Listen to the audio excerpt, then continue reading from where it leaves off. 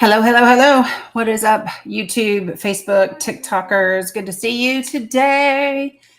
It's I always say good morning, but it is already afternoon. It is.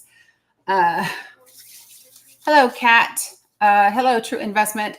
For those of you guys that are joining on YouTube and Facebook, please make sure that you say hi when you come in, or I will not be able to see you until you speak. What's up, Titus? Hey, Grammy. Good to see you. What's up, Akia? Hey, Lou. What's up, Mel Gray? Hey, Jen. Good to see you. Hey, Conchita. Good to see you guys. Hey, Gabe to Babe. What's up, MG Brock Beverly? Good to see you. Hey, Ann B. It's going really fast. Hey, Win Dixie. What's up, Chazzle Dazzle? Lisa. Good to see you. Hey, Sherry. Hello, Lisa. Hey, coolest mom ever. How are you? Hey, Lisa K. What's up, Cats? Good to see you as well. Hello, Facebook and YouTubers. What's up, Chef Ryan? Good to see you. What's up, DeBose? Mr. I go on vacation and go into everybody else's live except Danny's. I'm just kidding. Hey, Nick. What's up, Cheryl? Hey, Witch. Good to see you. Hey, VJ.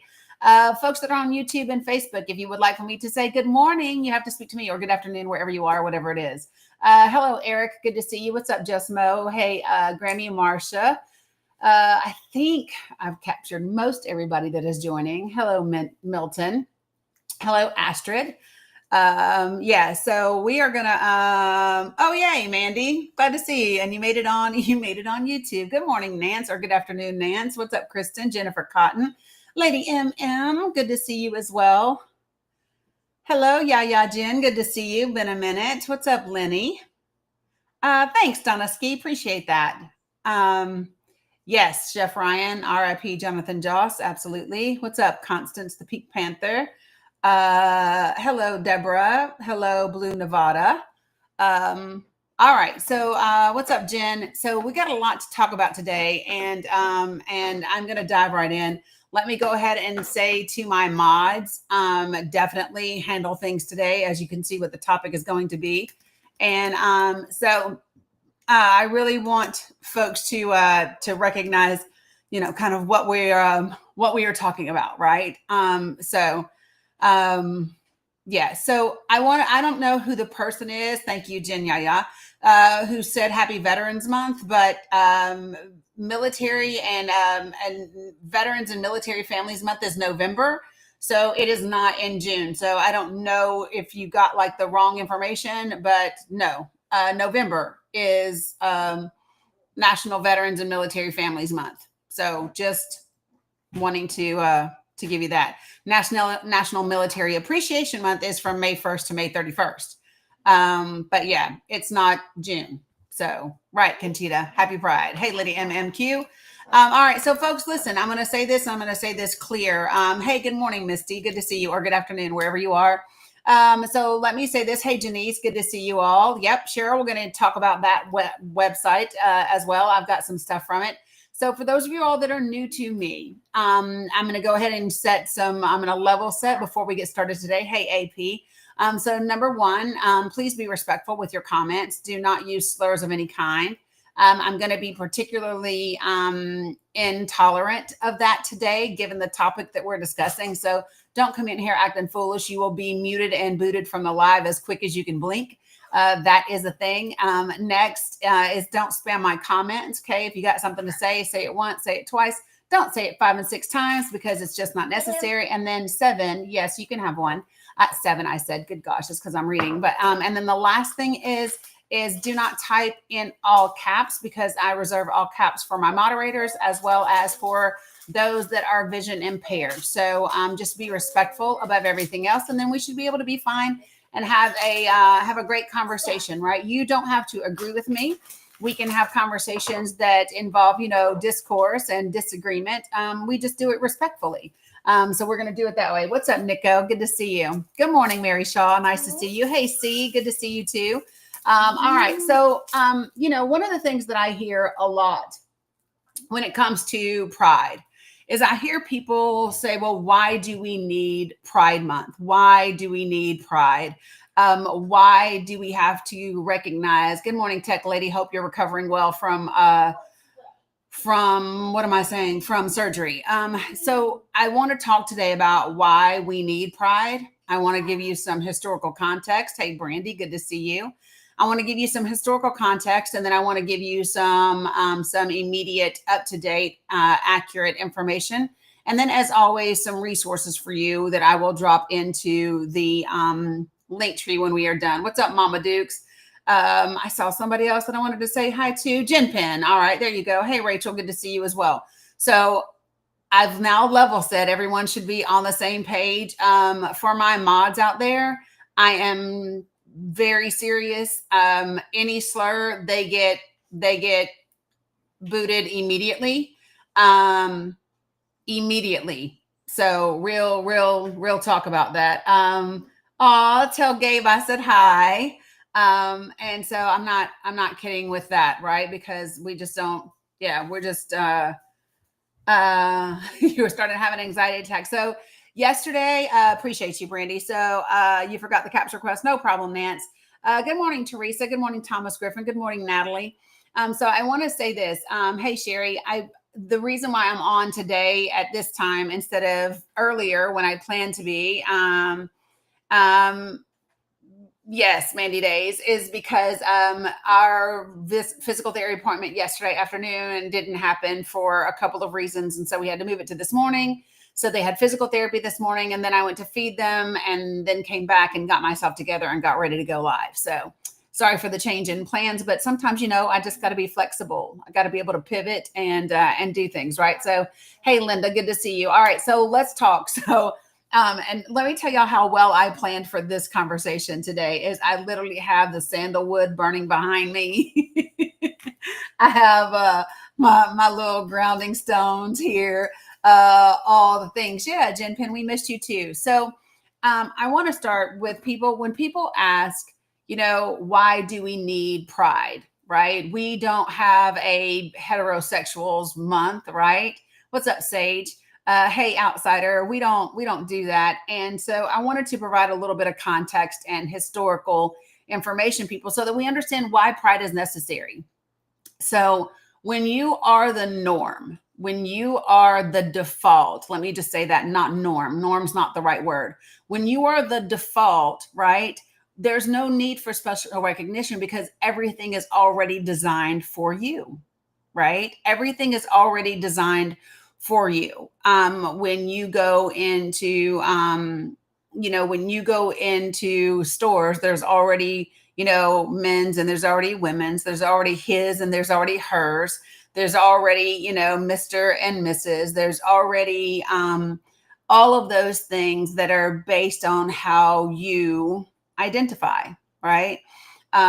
There's never been a lack of, yeah, Teresa, good job. There's already, there's never been a lack of, right, Chef Ryan, there's never been a lack of heterosexual couples on television.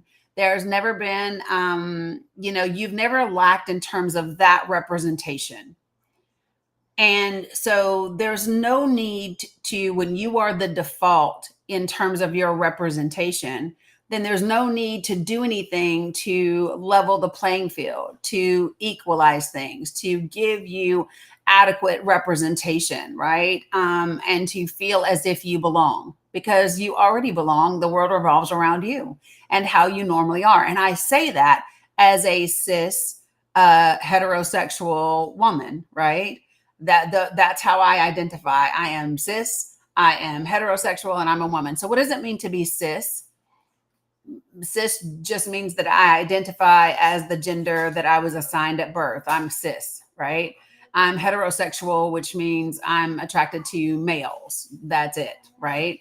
I can see a woman. I can appreciate that she's beautiful. I can appreciate the fact that she might be gorgeous, but I'm not attracted to her in terms of wanting to have an intimate, sexual relationship, right?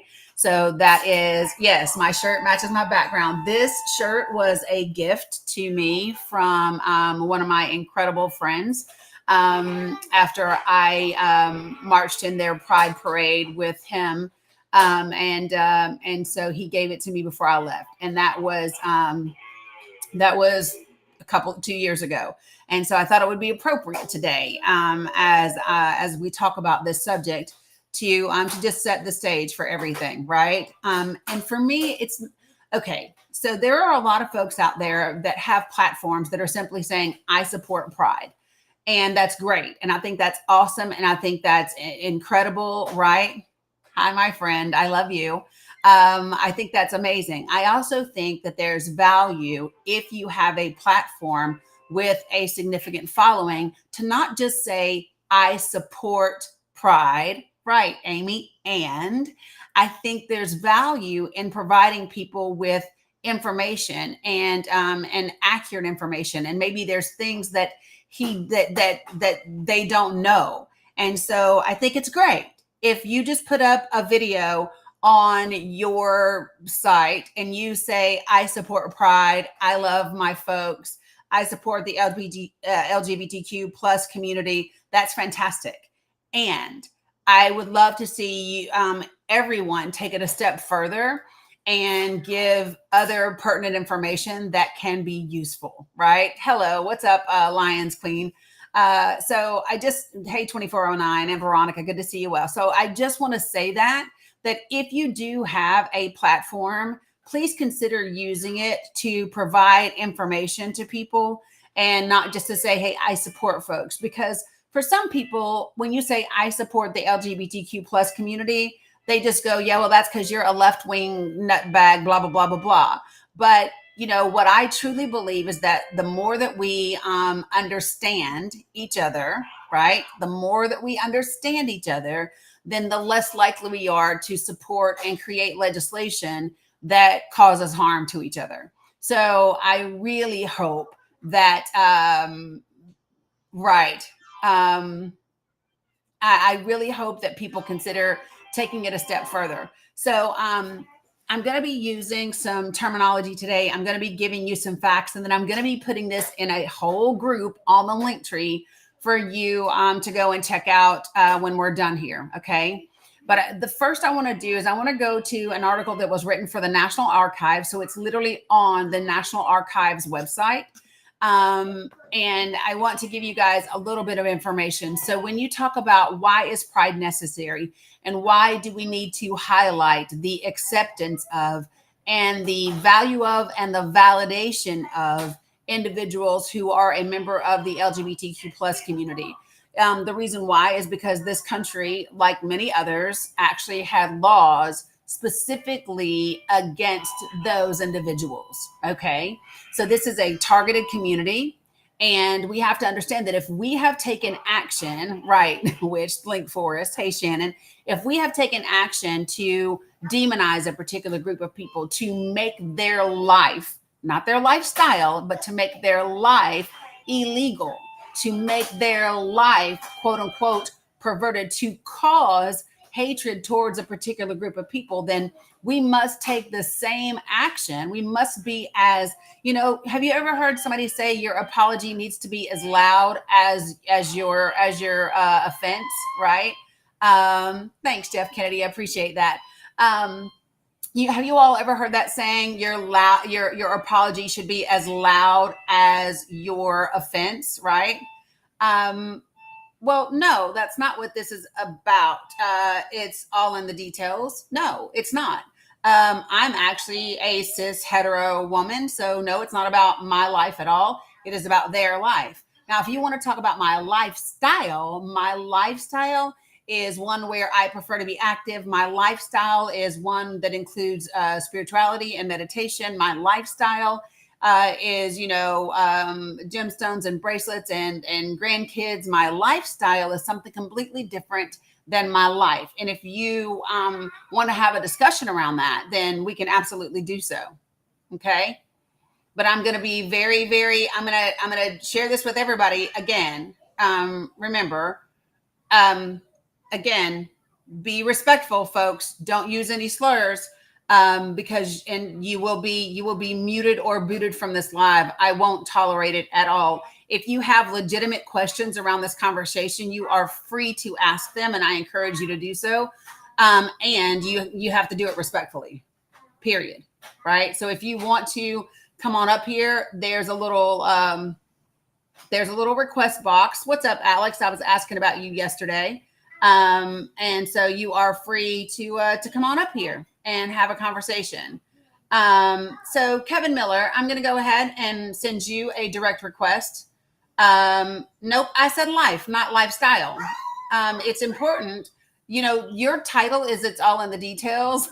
And so either you're a bot that can't hear the details, or you're a human being that doesn't actually value the details that you say it's all in, right? Nope, I can't do it because I'm doing this right now, okay? I want to go up. No, you can't because they'll get me in trouble, okay? All right? I want to be around. Like this. Yep. You want to turn around. Yeah, but it might still get me. Yeah, Veronica, 100%, right? Right. And so we're going to talk about we're going to talk about things. Mila, you cannot listen. It will flag me for you being on here because of what we're talking about. Okay? I need you to sit down on the couch for me and let me finish until mommy gets here. Okay? Do you want another one? Right. All right. So there you go. All right. So let me go ahead and Why? I said here, give it to me and I'll open it for you. So the first thing that I want to talk about is the law of the Immigration Act of 1917. Does anybody want to know why I am talking about the Immigration Act of 1917 when we are discussing the LGBTQ plus community? The reason why I am is because there was a specific part of the Immigration Act of 1917 that restricted immigration by individuals who exhibited what they call, quote unquote, constitutional psychopathic inferiority, which is a legislative classification that was used to discriminate based on sexual orientation. The reason why I'm talking about that is because it's really important when we start to talk about laws. And when you specifically create laws to oppress, suppress, demonize, prohibit specific individuals based on whatever your belief system is, that's really important. Okay. So in 1917, we had, as part of the Immigration Act, a restriction based on, okay, Alex, no worries. Stay safe. Based on a classification that allowed them to discriminate on people based upon their sexual orientation. In the 17th century, what we saw in New England were laws that specifically outlined an unaliving penalty for sodomy. Okay. In 1927, this is the first time that we see the words, quote unquote, homosexual and quote unquote lesbian introduced on the congressional record. That is the first time that we see it. And then here's the part where it gets really interesting because something happened. Hey, Mom, something happened in, hold on one second. I need to pull it up real quick in 1950. But before I get there, where is here we are, National Archives. So a lot of people remember, oh, can we just get rid of your raggedy ass right now? I can. Block. Boop. Not even muted, just blocked. Done. Okay, so everybody remembers talking about the Red Scare, right? In history. Everybody remembers talking about, McCarthy and the anti-communist sentiment and this whole thing about communists and the federal government and da-da-da-da-da-da-da. But what was happening at almost the exact same time was an effort, was a initiative, was an actual like an event to hunt down federal employees that were members of the LGBTQ community, right? And so I'm going to give you kind of what this looks like, okay? So even though by this point in time, the general public was becoming increasingly aware of homosexuality, because after WW2, people were leaving their small towns and rural communities and going into urban cities. And so more and more gay individuals, lesbians, they were finding each other in these cities, right? And so society as a whole was becoming just more generally aware of what was going on. And so that general awareness actually fueled this whole morality panic that people were having at the time, which this kind of tickles me, because when I hear let me just say this, y'all. Right. Roy Cohn. Right. Hey, Rebecca Littlebird. So when I hear people talk about morality and the morality a concern that people have over gay people, right, or trans people, I find it so interesting, because these same people, thank you, Titus, who profess to be Christian, who profess to be cis, who profess to be heterosexual, are, I don't know, dressing up in diapers with bottles, which I don't care, mind you, but I'm just saying, right? Those same people are going down, into like private communities and rooms and letting someone strap them to a board and whip them and make them crawl on all fours and all the things, right? It absolutely blows my mind that two consenting individuals who are adults loving each other and being amongst themselves is what causes you to have a morality conflict, right? But not when Catholic priests continually assault children, not when Southern Baptist preachers continually essay children. Like, that part is okay to just sweep under the rug. We have a moral right. We're not kink shaming. Right. You do you. Listen, let me just say this. I am perfectly, listen, whatever your kink is, kink on. Kink on. My thing is that if we are going to talk about morality, then let's just talk all the way across the board. Okay, let's do that. If we want to have a moral outrage, then can we have a moral outrage about the things that we did to Native Americans? Or let's have moral outrage about the things that were done in Indian boarding schools to children. If we want to have moral outrage, we could do that right now over what's happening in Palestine, right? If we want to have moral outrage, we could do it for our children that are homeless here. We pick things that are natural, that we don't have any control over, that is actually none of our damn business to be morally outraged about, because then we don't have to do shit to fix it. Right? This is why people use the moral outrage around AB, because it's not an issue that requires you to actually do anything about it. Because if you were really morally outraged about the life of children, you would be morally outraged at the children that are in foster homes, right? And the children that are in, DCS cases and facilities like that. What's up, Linda? Hey, Michael.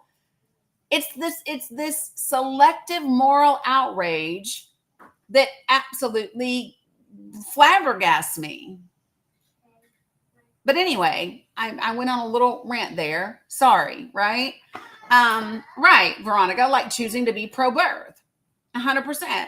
And this is how quickly you get eliminated, blocked, not even muted, not even a warning. Can one of my moderators add groomer to the blocked keywords? Can one of my moderators add groomer to the blocked keywords, please? Oh, thanks, Linda. I appreciate that. What's up, Mr. Barrios? Thank you, Linda, for taking care of that. Yeah, Linda, I didn't even block. So let me be clear. Those folks that come in here with that bullshit, don't even bother to mute them, block them right off the bat. I am willing to have a conversation with somebody who has actual questions about the issue, but somebody that comes in using hate speech or slurs, fuck them, block them right off the bat. Okay. Yeah, I'm just saying it's that selective outrage thing. So here's the thing. I want you to know that. So when Congress, how many of you all are aware that Congress did a report, and this was actually created, y'all, this was bipartisan. Thanks, Mike. Appreciate that. No, I'm not playing today. I'm not. And you know what makes me not play even more? Like y'all know I'm always an advocate and I'm always protective of people. And I feel differently about this subject because I used to be, let me just go ahead and level set for a second, okay? Because if you had told me 20 years ago that I would be doing a social media live or talking to people about homosexuality and being just being supportive of it or supportive of people's life, I would have said absolutely not, because I was raised in the South in the Baptist church, right? And I grew up, and I'm sharing with you so that you understand where I am today versus where I used to be, and a reason why I feel the way I do.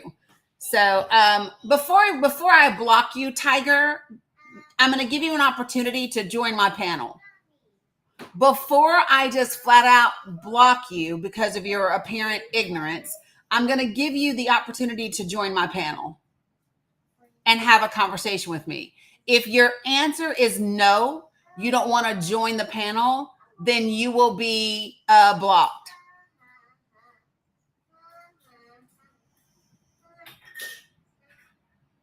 DeAndre, that applies to you as well. Before I block you, I'll give you the opportunity to join the panel. Going once. I'll even help. Let me just see if I can even help you. I will send you an invitation.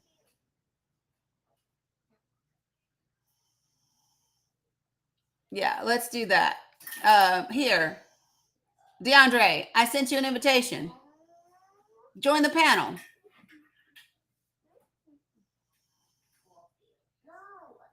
See, y'all are big, masculine, manly men until your ass is invited to join the panel and then you don't show up. Thank you, Linda.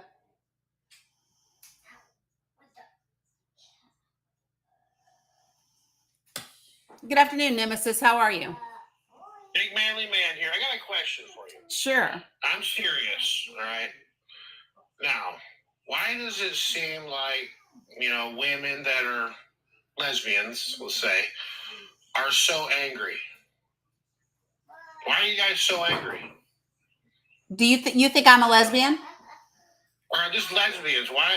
Well, no, you said why are you all so angry? So my question is, I don't know, maybe I missed. Well, you got the pride flag up here. Because that's the conversation. Well, so that's what I'm asking you. Why are lesbian women, I'm sorry for misjudging, why are lesbian women so angry? Well, so let me ask you this. Why are white men so ignorant? So what I'm saying, no. So what I'm saying, no, I did it on purpose. Listen, Nemesis, listen to me. Listen. Oh my God. No, listen. I did it on purpose. No, I didn't. Listen. Oh my God. Stop talking for a second. I did it on purpose to show you that what I did to you is exactly what you did to me. Now I said we're even, so let's. It's not a case of being even. Lesbian women so angry? Oh my God. Okay, so Nemesis, stop for a moment. Stop for a moment, please. I love to have, so hold on. I like to have respectful conversations. Okay? Okay. All right. So do me a favor. When I'm speaking, just don't talk over me, please. Okay? The same thing for me? No, because you wouldn't let me finish. Okay? So listen. The purpose wasn't a tit for tat. The reason I said what I said was to demonstrate to you what that is like, right? So you said you're making an assumption about me. And yet, when you got up here and you just, but stop for a second. Oh my God. You see, you're avoiding this. No, I'm not. I will get to your question. Well, for fuck's sake. You got to stop talking over me. If you want to have a real conversation and let me answer your question, stop talking over me. Damn.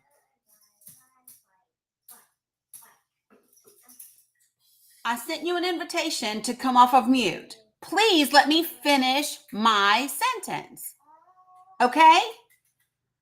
The purpose wasn't. Oh my God, dude. I just said, I'm sorry. Let's move on from it. Can you answer my question? So I will answer your question when I get to your question. Oh. So we got to go on and on. No, so what I've got to do is run my live the way that I run my live. No, dude, you're not the only person here. There are 200 and some people in the room, Nemesis.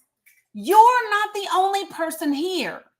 So what I do is I take advantage of every learning opportunity that exists because of the hundreds of other people that are watching. Because it's not just about you and you being ready to move on. It's about everybody that is listening to this conversation. So you have to slow down. I am not mad at you in any way, shape, or form. But you're not the only person that's here. So be respectful of everyone. And if you can't do that, like literally, because what you said was you had a real question, you really wanted to have this conversation. If you really do that, then demonstrate that by being respectful and not interrupting me until I finish what I'm saying. That's it. This is not a tit for tat thing, okay? So, all right. The point wasn't whether or not you apologized to me for making an assumption. That wasn't the point. It didn't matter to me because I wasn't offended. Yeah, Jen, hold on one second, okay? So I think the thing that's important is what you said. Like as soon as I said it to you, no, I didn't. So listen to the question. Listen to the question. There you go, interrupting again. Listen. What I said to you is, what, Nemesis, I did not ask you, why are you ignorant? I said, why are white men so ignorant? Well, dude, I mean, this is your choice. You can either participate or not. No, you're not, because you're not participating. I am. If you will shut up. Shut up and listen. You need to answer the question. This is really, so I guess you don't really like want to have a discussion, do you?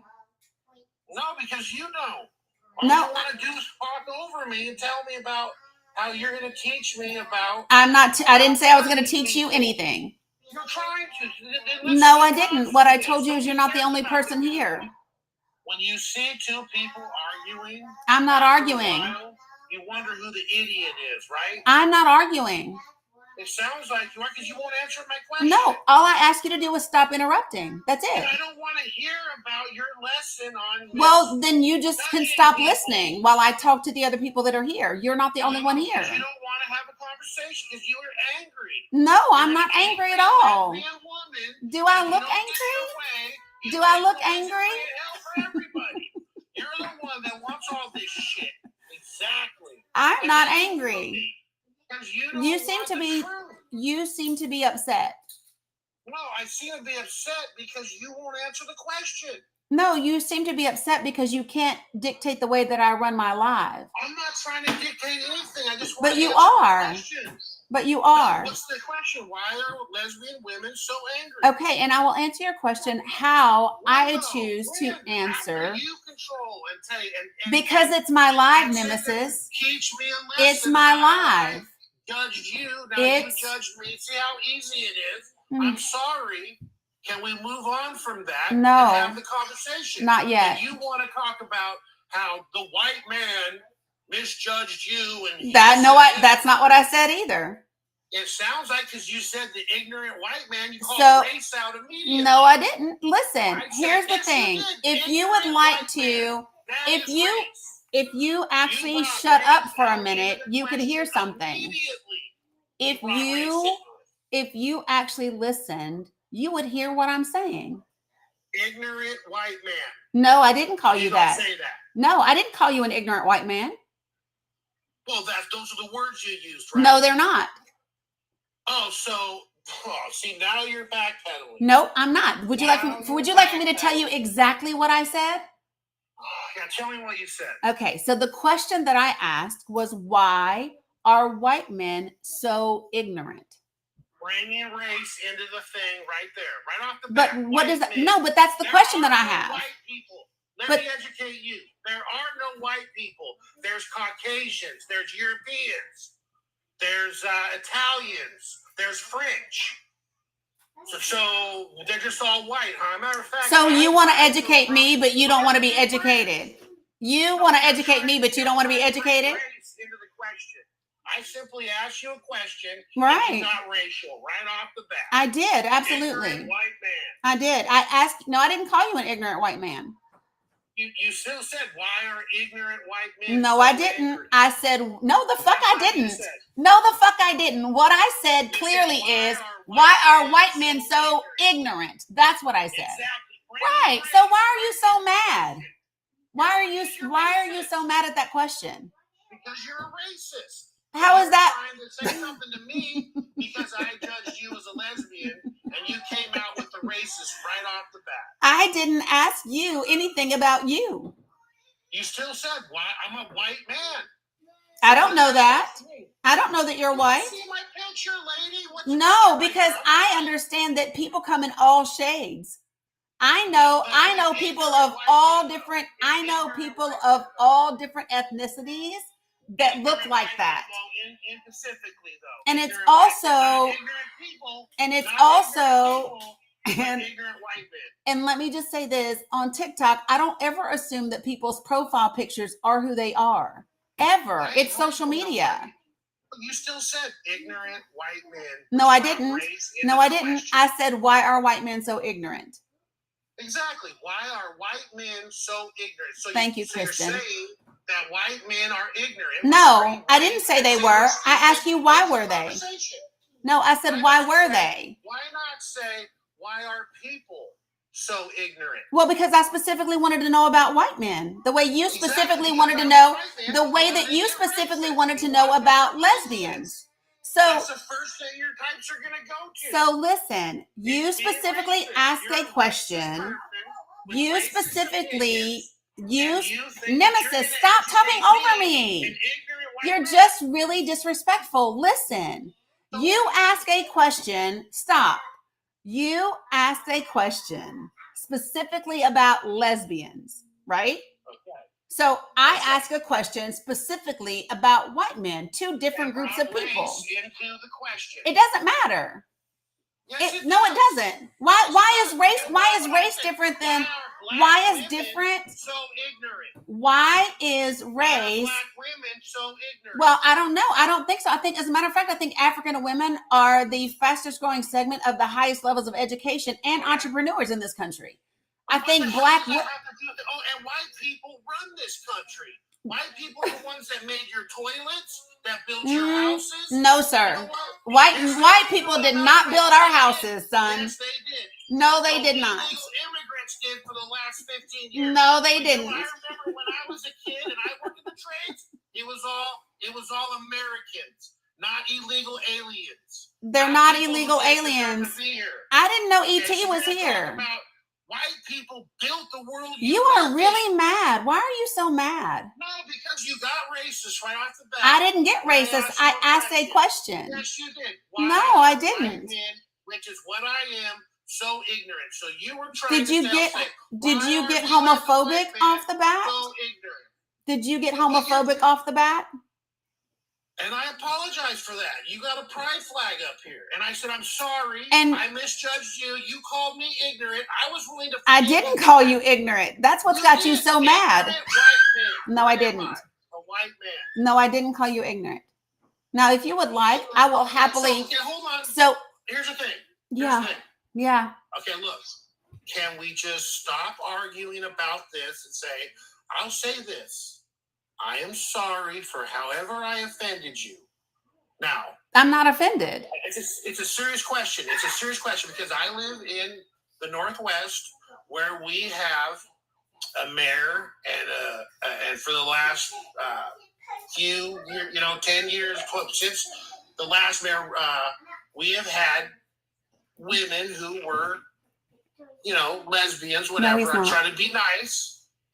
And it seems like they're like really angry. Now, for men, for years, were doing, their thing. And it didn't seem like it was that big of a deal until all of a sudden, we're now in Portland, we have people Yes, ma'am. mainly, like I don't know what to call them.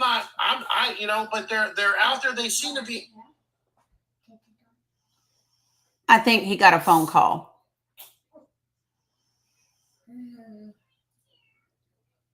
You're on mute, Nemesis, in case you don't know. I don't know if you accidentally did that or not. Did you know that That's okay. What's that? I don't know if you knew it or not. I tried to tell you that for a minute, your microphone went on mute. I don't know if you accidentally hit it. Like it's on mute right now again. What's that? Your phone keeps going on mute and coming back. All right, I'm sorry for that. All I'm trying to say is that, look, I don't personally care what you do in your home. Okay, not you, but anybody. Whatever anybody wants to do in their house, they can do that. I love women, as a matter of fact. I think women are great. That's what I think is the big problem in this country, is the fact that we don't cherish our women. When people on here saying, oh, I hate women, whatever. The point I'm trying to say is whenever you go on the street and start screaming and yelling at me for what I do, ignorant white man, but you don't know anything about me, I'm going to go out, you're going to say I'm this, you're going to say I'm racist, I'm misogynist, I'm toxic, I'm all these things. But when I'm looking at you, or not you, but angry lesbians in particular, who are screaming about how they're not treated, whatever, and I don't get treated that well either. You think the ignorant white man gets treated very well? You act like they're walking around patting us on the back all the time. I don't get it. Why are you guys so angry? Why are they so angry? What's so terrible for them? That's all I asked. Okay. So I have a couple of questions, if you don't mind, based on the things that you said. Okay. So you said that whenever you're out, that people are screaming at you. So this is a real question. So are you saying to me that when you walk around your town, randomly lesbians just start screaming at you? If you go downtown Portland. So you go downtown Portland and just randomly they just start screaming at you? Hear me out. You go downtown Portland, and let's say I'm down there, which I don't, because I can't go to the city anymore because you got Antifa destroying it. You have all these other groups down there, and the Proud Boys, which are idiots. You got all these groups down there screaming and yammering. So if I go downtown and I happen to get in the wrong area at the wrong place, that could very well happen. You could have people screaming at you, yelling at you because you don't agree with whatever they're. Now I don't know where you're from, but if you're from where I'm from, you know this, that people don't go to Portland anymore because whenever you want to go to the waterfront or whenever you want to go here and go there, yes, there is a good possibility that you will be screamed and yelled at.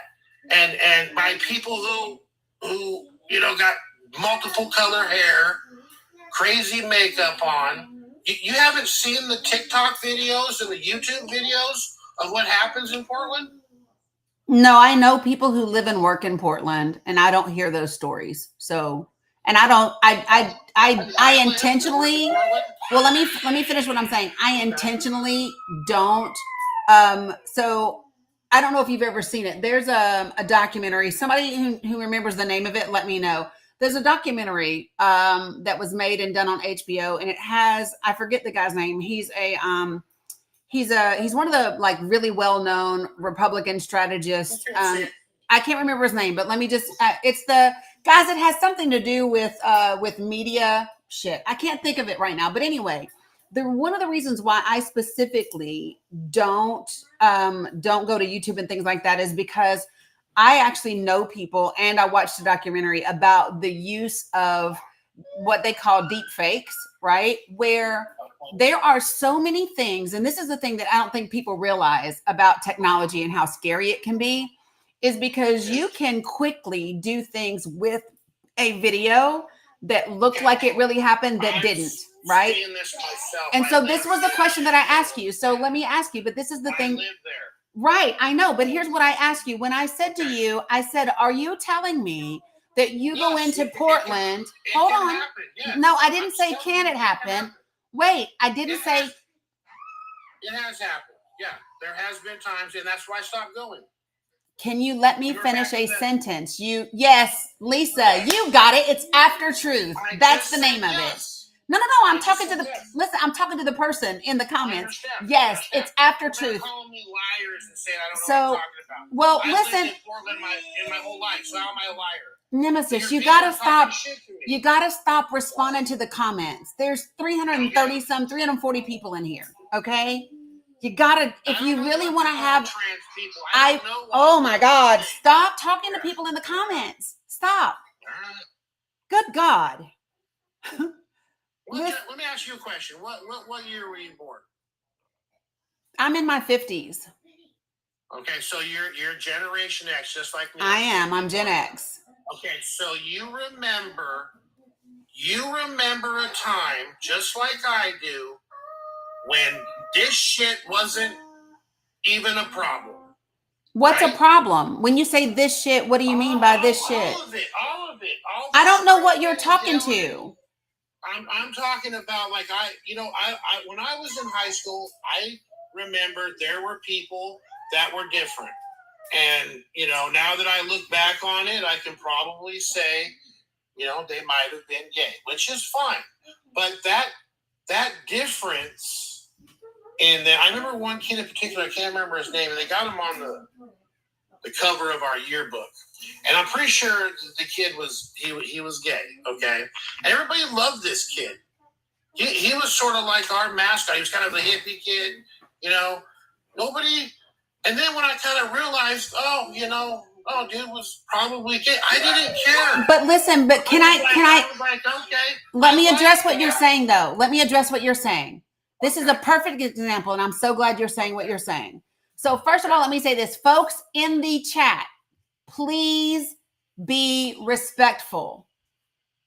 Please be respectful, folks, because you're not helping if you're stirring shit up in the comments. I'm married, by the way. It doesn't matter if you're married or not.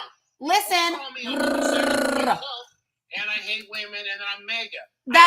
And Nemesis, this is why I'm handling the chat. Let me handle the chat. Let me handle the chat. Okay? Okay, perfect. Guys, you're not helping. Stop. Nemesis, what you are saying is a perfect example of what we're talking about. Because what you said was, I remember back in school, there was this guy, and there were people and they were different. And when I look back, they were probably gay. The fact that you have to say they were probably gay means they did not feel free enough to be gay publicly. There was something about the time that we lived in, the time in which they existed, that you had to guess. And you have to now go back and say, they were probably gay now that I look back. But that means that our society was such that they could not live freely as themselves. They could not be gay. And that's the point that I'm trying to make, is that when you say, I remember when this wasn't a problem, it wasn't a problem. Hold on, listen. It wasn't a problem for you. It was a problem for the other people that could not live as themselves. I just told you could these people. Okay, so they look different. People acted different. You just thought there was something that was different about it, because everybody. If you remember, we didn't like labels. Okay, who didn't like labels? I've been labeled my entire life. We did not want to be labeled. Remember, RJ? Who is we? We're the ones that didn't give a fuck, and we meant it. No, okay, let me just. You can speak about. Any of us wanted was to have a label put on us. Oh, you're Okay, I gotta speak and you gotta stop talking over me. Nemesis, I let you talk and talk and talk and you gotta stop talking over me. The thing that is so important, but Nemesis, hold on. You cannot, okay, so I need you to understand something. Going around saying that No, they we're not. killed everybody. Listen, Nemesis, listen.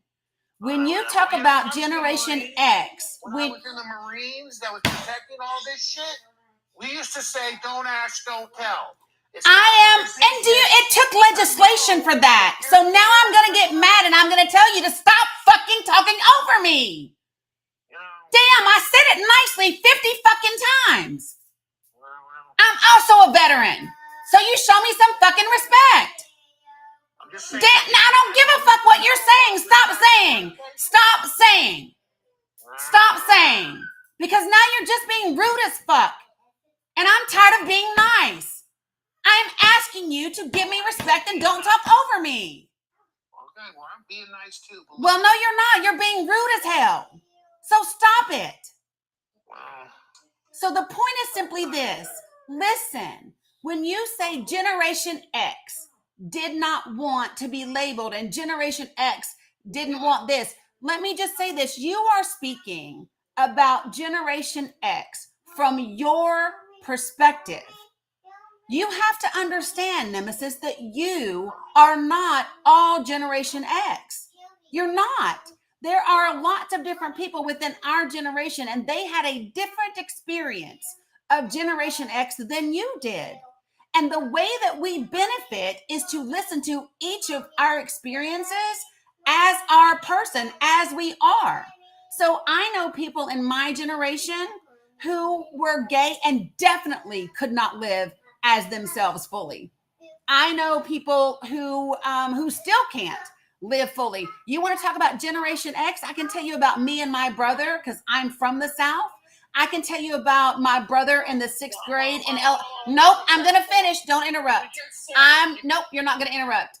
I can tell you about my brother in the 6th grade in his elementary school during mock elections being elected N-word of the year by the fucking class, with the teacher overseeing it all.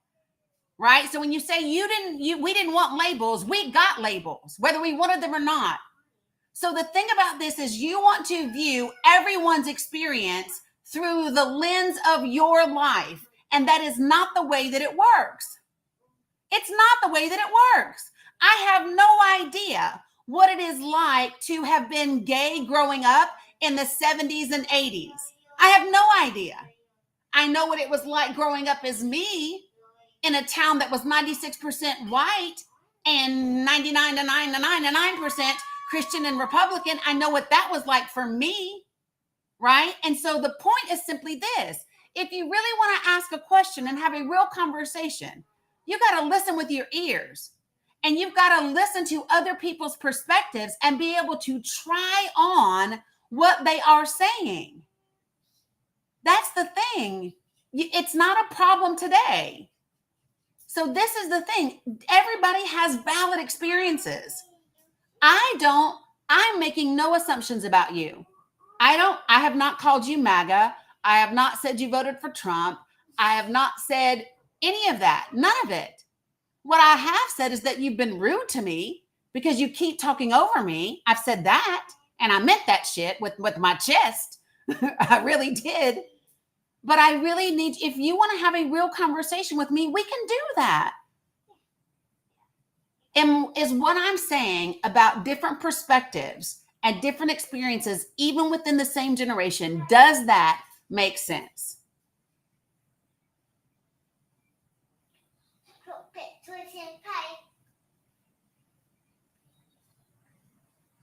I sent you an invitation to unmute. I hope you got it.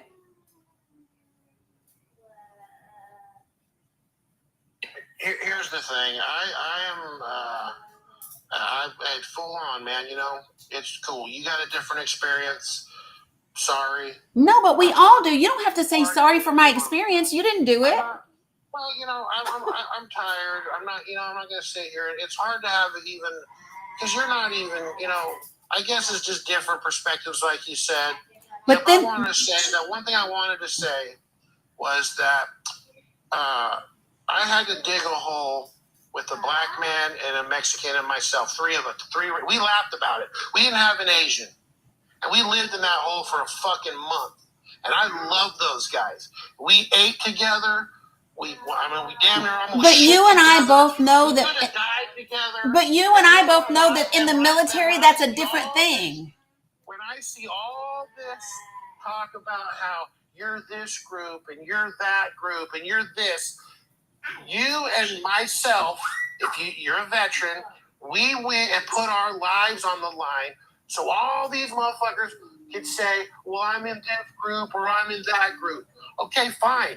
Be in that group. That's okay.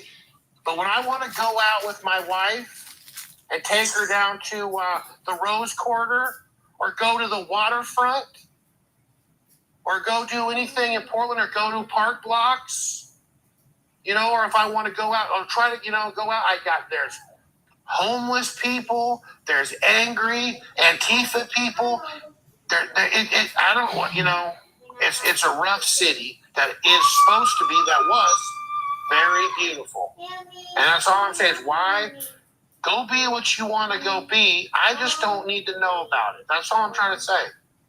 If you want to be what you want to be, fine. But when you start telling me that I have to accept you, I can guarantee you that nobody is saying anything to you unless you are saying and doing something to them. I just don't believe, Nemesis, that you and your wife go out to dinner and lesbians start yelling at you. I just don't believe that. All the time, there are specific times when you could, not every day. Not There are could. specific times when if you go down to Portland, you think, oh, hey, we're going to go to the... If you go during a protest, maybe. Well, it's kind of hard when they're blocking the freeway. But if you go during a protest, bro, you just go during a protest. But you cannot tell me that randomly you go down the street and lesbians just start yelling at you. Not necessarily lesbians, but people that are angry, and it seems like there But are you didn't ask why are people angry. You didn't say why are people angry. You said why are lesbians angry. It seems like there's a lot of angry women lesbians. That's all I'm saying. Why? And do you know what? But for me, men are happy being gay, doing what they do. No. You can see some angry gay men, but mainly dudes are busy doing their YMCA. No, they're not. And that is so stereotypical of you. I don't know. Like you live in some world where, like, let me ask you this. Do you have friends? Do you actually, no. Do you have friends? Do you have friends in your life who are actually gay? I actually work with people. I didn't ask you if you work with people. Do you break bread with people? Do you hang out with people? Do they come to your house? Do you guys hang out together? I'm asking you, do you actually have gay friends? Well, obviously, no, I don't think I have like a gay, bestie. No. Okay, and the reason why I know the reason why, well, hold on. The reason why I know you don't is because of the way that you talk about them. Mila, leave her alone. That's how I can tell that you don't, because the things that you say are very stereotypical and not the reality of gay people. Got a kid at work. He's a white guy. He's a white guy, and he has a black boyfriend, and they're gay. And we never talk about it. He doesn't come to me, and he has said to me that he thinks she's a rock and roll chick or whatever. And I was just like, okay, cool. But you're not hearing it. He's still not your friend. You're trying to say that. Well, he's not my friend. I've known the guy for like 3 years. I see him every day. Okay, so can I share something with you? I would greet him. I'd say, hey, what's up, bud? How you doing? Can I share something with you? Mila, if you don't stop it, you're going to lose your phone. Let me share this with you, okay? Okay? So, if you want to know why it's like this, okay? And I don't think that people are, like I said, I don't believe you that people are randomly just yelling at you. I just don't think that that's a thing, right? What I will say, and what I do know for a fact, right, is that in 2024, so last year, there were over 2,400 hate crimes against LGBTQIA individuals. Okay. 2,400 of them that were specifically about their gender identity or their sexual orientation. 78% of those, and this is one of the reasons why intersectionality, I'm not sure if you're familiar with that term, but intersectionality is really, really important, is understanding the points of intersection. So 78% of those were people of color. 56% of those were Black transgender women. 42% of them were victims that they were unalived by their romantic partner. When we talk about the proportionality, people, I get angry for them. Let me say that. So let me give you the numbers. Okay. There were 2,000. Whoops, hold on. So they were single bias incidents. So there were 11,447. I'm now doing 2023 statistics from the FBI. Right. So 11,447. Something that's really important for people to remember is that agencies reporting hate crimes, reporting officer involved pew-pews, all of those things, it's actually voluntary, whether or not law enforcement agencies submit this data to the FBI. So these numbers aren't even accurate for in terms like the whole country, right? But of the 11,447, 18.1%, right, which is 2,072, were prompted by were the result of sexual orientation. Another 4.3%, Mila, get off of her. Another 4.3% were on gender identity basis. So if I put that together, that's 23%. So that means a quarter of the hate crimes that happen in this country are against people based on either their sexual orientation or their gender identity, right? Give me a second. Stacy, can I get a break? Nemesis, please don't go anywhere. I need to handle these grandkids. 1 second. One moment. All right, no worries. Hey guys, hey everyone. Hello, Nemesis. We're giving Danny just a little bit of break, and while we're doing that, we're going to ask everybody to continue. There's 402 people in here. Let's tap, let's clap, let's show Danny some love. Let's tell the algorithm that we enjoy this content and we're having engaging conversations. Don't forget to tap the heart at the top near her name. That also tells the algorithm you can give her one mention, one coin. It costs only like a penny or whatever, and it helps everybody do what we're doing here today, which is engage in productive conversation, right? Happy Pride Month, everybody. Big sigh. Anyway, also share. There's a little arrow down at the bottom to the right. Go ahead and push the share button. Even if you don't actually share the live with someone, just clicking the link tells TikTok that we are doing what we're doing. If you're not a subscriber, Danny has the lowest price subscriptions on that TikTok offers, and she gives exclusive content. So much of it is 100% free. We do workshops, we do book clubs, we do movie nights. It is all enriching for your soul. Maybe some people of opposing views would like to come join us and learn a thing or two. That would be interesting. That might be fun, right? Whew. And she's back. I am back. Thank you, Stacy D. You're welcome. So for those of you all who are new to this live, I'm a tutu. I'm a grandmother. I got 3 grandbabies. It is summertime. Their mom works 2 jobs, so I take care of them. And occasionally the 2 younger sisters like to irritate the shit out of each other. And I have to intervene in the sibling rivalry things. So, all right.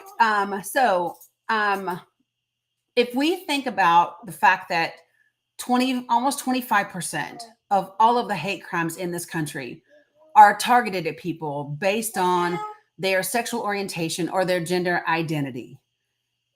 Good gosh, that's a lot, right? And people aren't coming for the rest of the country in that manner. They're not coming at heterosexual couples in that manner. They're not coming over, just did Sandy, thank you. They're not coming over, they're not coming at white men for that matter in that way. They're just not. And I will tell you something. The reason why people are maybe angrier than they used to be. I fucking hate that shit. Can I show you something? So yesterday, I'm going to show you an example of why people are angry, because yesterday I was furious. So yesterday I happened to read a post from Donald Trump, and this is what he said. He posted on Truth Social, and he said a biological male competed in California's girls' state finals, winning big, in all caps, winning big, despite the fact that they were warned by me not to do so. As Governor Gavin Newsom, not Newsom, but Newsom, fully understands, large-scale fines will be imposed. Now, I want you to hear what he said. He said a biological male competed in the girls' final, and she won big. Here's the actual truth. A.B. Hernandez won first place in 2 events. The first event that she won first place, there were 3 first place winners. She was a co-first place winner. Hold on. It was in the high jump. 3 of them cleared the height. 2 of them had a fault the first try, but they cleared it with their second attempt. So she didn't win big by anything. She literally just won right along with the other 2 women. She placed second in the long jump. She didn't win everything she competed in. She won second in the long jump, and she only won the triple jump by half a meter. And so here's what happens is when you have someone in the highest office in the land stirring up trans hate, telling lies about a trans athlete, that angers people. It angers parents of children in school. And this is what causes them to be unalived. Trans people are unalived, especially of color, are unalived at a rate more than anybody else. I want to say I gotta go to work, but I appreciate the back and forth, whatever. I mean, I would love to continue to talk to you about this, because I'm sure you'd hate to hear what I'd say about this. A lot, whatever, but I gotta go. But I appreciate it. And again, I believe that everybody should have their own stick. Okay, I'm not against you doing what you do, and I'm not against them doing what anybody does. I just don't want to know about it. I don't need but to, you don't get to pick what people know about it. I don't need to know about I don't need to know that you're married to your wife, so eat at home. That sometimes people, they're saying I was gay and that I hate Eat at home. I don't need to know that you're married with your wife, so eat at home. Exactly. I don't need to know that you're lesbian. No, or so trans eat at or home. whatever. I want you and your wife to eat at home. And I want there to be no couples on television. And where are the women? Where's the feminists, the women angry about biological men? Because we're not angry at them. We're not angry. And for goodness sake, we know good and damn well that men are not married. Men are not worried about women. Men are not worried about women. And the reason we know men are not worried about biological women is because men are the greatest danger and greatest threat to biological women. So that's just it. Men don't give a shit about the lives of women. Men don't, period. Men don't. But I appreciate you, Nemesis. You are welcome back at any point in time. You are welcome back to talk. I know that you have to go to work, but you're welcome back. Bye. Okay, so for a second, I'm going to bring up the other guests. So I overtalked him because he overtalked me a shit ton. If you do not like it, feel free to swipe out and go to another live.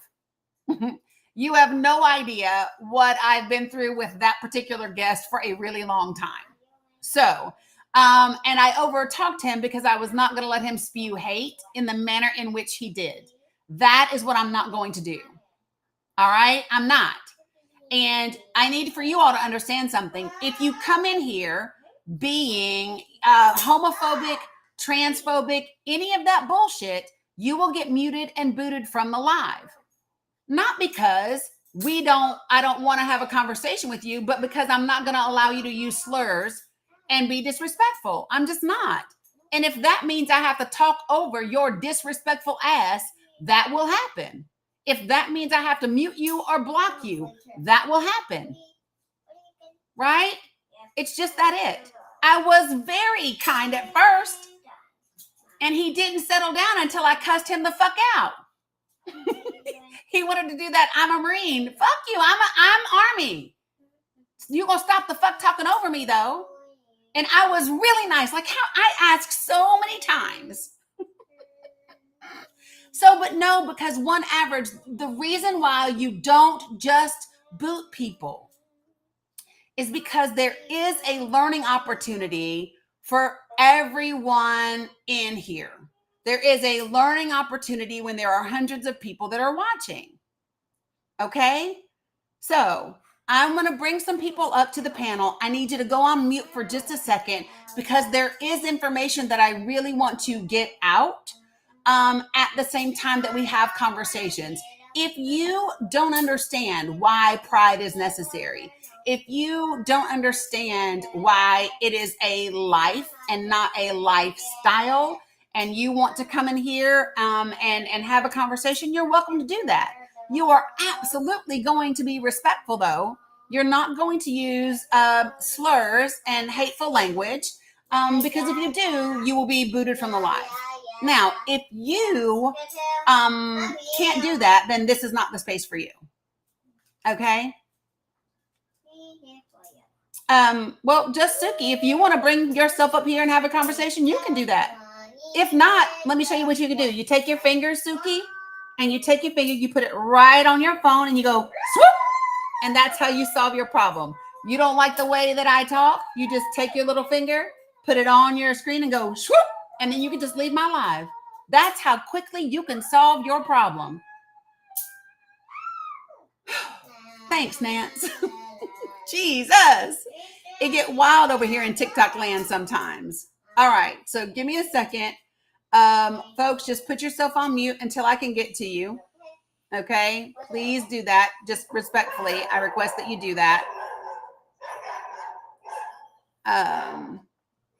And let me do this. I'm going to put you guys on mute until I get to you. And then what I'm going to ask you to do is, hold on one second, please. So here's what I'm going to do is, looks like Freebird's not connecting. All right. So Jen, I know that you requested up on purpose. Blitzy Mom, did you request up on purpose? Yes, I did. Okay. I had just a quick commentary because I work directly with the CIF. So I just wanted to comment on that part. Okay. Give me 1 second. Okay. Redwood Dragon, did you mean to request up?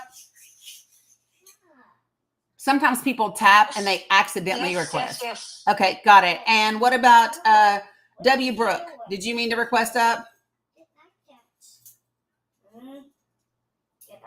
W. Brooke, did you mean to request up? I sent you an invite to turn on your mic in case you couldn't figure out how to unmute it. I'm sorry, I didn't mean to. I That's appreciate everything you're doing. No problem. I'll take you down. Just No worries. tapping. Gotcha. Thank you for tapping.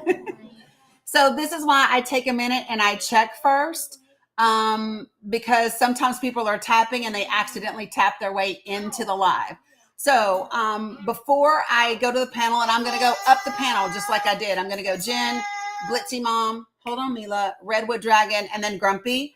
And, huh?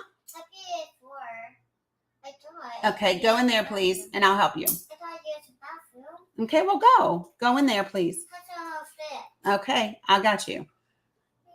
Okay, so I want to get just a little bit of information out really quickly.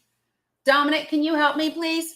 So that everybody knows. So one of the reasons why I wanted to let people know, thank you, Jen Penn, for the reminder. I'm coming.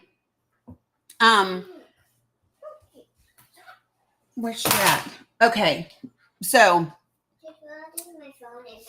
yes, you can. All right. So listen, one of the reasons why I wanted people to understand why we have pride is because of the history of what has happened in this country. All right. when you have, and the place where I was at. So first I talked about the Immigration Act of 1917, right? Where it specifically restricted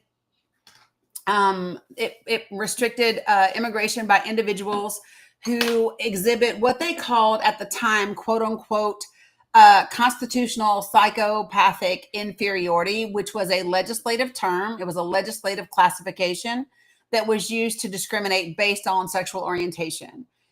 In the 17th century, what we had in New England was the unaliving penalty for sodomy. And in the 1927, that is the first time that we see the languages and the terms homosexual and lesbian on the congressional record. But this is the part that gets really interesting, right? The first time Congress used bisexual on the congressional record was in 1945. But in 1950, this very interesting thing happened, and it was a bipartisan thing. So it was a representative from the Democratic Party and one from the Republican Party, and they launched a committee. And they did a report called, and I'm going to tell it to you specifically, it is, quote, the employment of homosexual and other sex perverts in government, end quote. It was the first time that Congress discriminated against employment of federal employees, specifically against people who were LGBTQ. And here is the thing. It had a horrendous impact on those individuals. Can you imagine? Yeah. So this is why I wanted to share the information with you all. So it was March of 1950. And it was Republican Senator Kenneth Wherry, Wherry, and Democratic Senator J. Lister Hill. And they began digging into federal departments that employed people that they suspected were homosexuals. And then the government responded by more intensely monitoring those employees' behavior. And as those people that they suspected to be homosexuals were accused, they were faced with an impossible choice. They either had to resign or be publicly outed on the congressional record. Holy crap. It was a 2-man congressional committee triggered the resignation of approximately 100 members of the LGBTQ plus community, right, in 1950. And then this is what is called the lavender scare. How many of you all are familiar with the term lavender marriage? Because I wasn't for a long time. Lavender marriages is when lesbians and gay men got married to just present themselves as a heterosexual couple, right? So the next step that they did was to intensify this investigation, okay? So 3 more Republicans and 3 more Democrats were added to that Senate committee that was then chaired by Senator Clyde Hoey, Hoey. The committee sent a survey to every branch of the military and civilian department asking their opinions on homosexual employees. And most agreed that homosexuals were unfit to serve in government roles. Now, keep in mind, this was not based on their work performance. This was not based on, the success of their job and what they did or didn't do in their job. It wasn't based on anything other than what other people believed about whether or not a homosexual should do their job. So then they held committee hearings. And at those committee hearings, the intelligence community, I don't care, Suki, I'm also in the military. So what? I served in the military. My brother served in the military. My mother served in the military. My daddy served in the military. That doesn't make you special. I know a lot of people that served in the military that are assholes. Yeah, we can absolutely just go ahead and block Just Suki. I'm down for that. Let me see if they requested up. They didn't. So yeah, so just drop them. Just go ahead and block them. I'm good with that. All right. So then what they had were these committee hearings. And then the intelligence community, the military, the park police, and law enforcement communities were very well represented. And a small number of agencies resisted those inquiries. Listen to this. Howard Colvin, the acting director of the Federal Mediation and Conciliation Service, said that he preferred to evaluate each case individually because homosexuals who led well-adjusted lives could make good employees. Jim Shovel, director of personnel at the National Labor Relations Board, blatantly refused to give the committee access to his files and was generally uncooperative. Completely unrepresented at the committee hearings were gay men and lesbian women. In addition to testimony on fitness and security, the Senate committee also called doctors to testify on the medical aspects of homosexuality. Many of them spoke to the complexity of homosexuality and alluded to a quote unquote spectrum. I want you all to listen to this. And women, I need you all to think about this for just a second. By 1952, homosexuality was added to the Diagnostic and Statistical Manual of Mental Disorders as quote unquote sociopathic. It was added to the Diagnostic and Statistical Manual of Mental Disorders as a quote unquote sociopathic condition, generating an incredible amount of stigma and discrimination. Right, the DSM-5. Now, I want you all to just stop for a second. Do we remember when women were categorized as being hysterical, right? Because of postpartum depression, because of menopause? Do we remember that? So what we need to understand is that when you have a society that is led by men, cis heterosexual men, what you get is a medical society, a legal society that is set up for them. And anyone who does not fit into their classifications and they have no understanding of what is so, then you are deemed sociopathic, hysterical, whatever it may be, right? And so I think it's just really important for people to understand that and to know, okay? Very quickly, because I do need to get the babies too. So 2 things. I'm going to go up the panel as soon as I come back. Thank you for subscribing, Natalie. Do I have Stacy, Michael DeBoss, Cheryl, anybody that can just take care of this real quick while I go help Mila? One moment. Thank you, Stacy. Guys, I'll be right back. Please don't go anywhere. I want to go up the panel, but I need to help the baby real quick. Hello, everyone. So I'm just going to take her baton right now and give Jen the mic. What you got, Jen? In my best Danny voice. Do you need an invitation to unmute? Let me see. To key on what was said earlier from Nemesis about angry lesbians. And I lived on the West Coast for 10 years, served in the military over there. Service.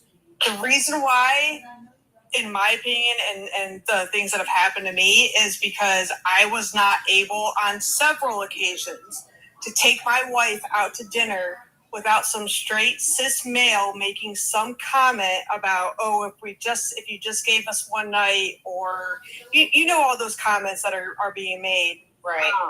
And you can only take that for so long before you get angry and make those comments back. 100%.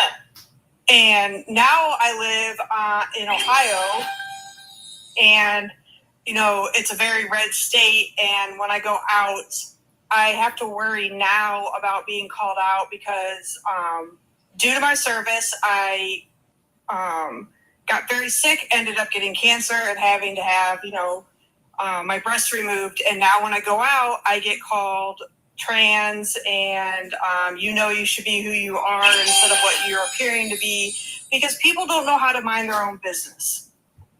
Yeah. I wish it would be great if you said, when they say you should be who you are, like a cancer survivor, thank you so much for your concern. Well, that's kind of what I do now. I have a huge tattoo across my chest that says Survivor, and I just lift my shirt up and I'm like, do you want to keep talking? Good for you. Like, I love that. if people would just stop for a second and think about how it actually affects their life. Like, I had to have that conversation with my grandparents when I came out. How does it affect your life with who I love? It doesn't. It doesn't. It just. I don't want to hear about some straight couple and what they do in the bedroom, just like they don't want to hear about what I do in my bedroom. Like, it's just, if people would just live their lives and stop honing in on things that they're afraid of, because that's what it is. They're afraid of it. They don't understand it. So therefore it's bad. Yeah. Let me just jump in here for a second. So the thing about it, when people say, I just don't want to see it, see what exactly? Exactly. See people walking down the street, like see people like there's nothing to see. Nobody, the gay couples are not sitting outside like doing their deal on your, on your front lawn. Nobody's down at the bodega down the street, like getting it on in the middle of the street. Yeah, and having to be in the military, like I spent a majority of my career during Don't Ask, Don't Tell. And, having to hide that side of myself from the men and women that I served with and not being able to be authentically myself, and then coming out to them when it was repealed, they're like, dude, why didn't you just tell us? Well, because I could get in trouble for it, for just being who I am. Right. And you know what? And here's my thing. Having also been in the military, having been a victim of MST, what I could tell you is I don't want to hear people talk about, I was in the military and I was in a foxhole with this guy and that. I don't give a shit, because more women in the military are essayed by men than anyone would care to believe. Everyone that all of the females that I know, I just talked to a girl that I went to basic with. We were battle buddies in basic, because when you go through basic, at least when I did, they just pair you up with a battle buddy, and that's the person that goes with you wherever you go.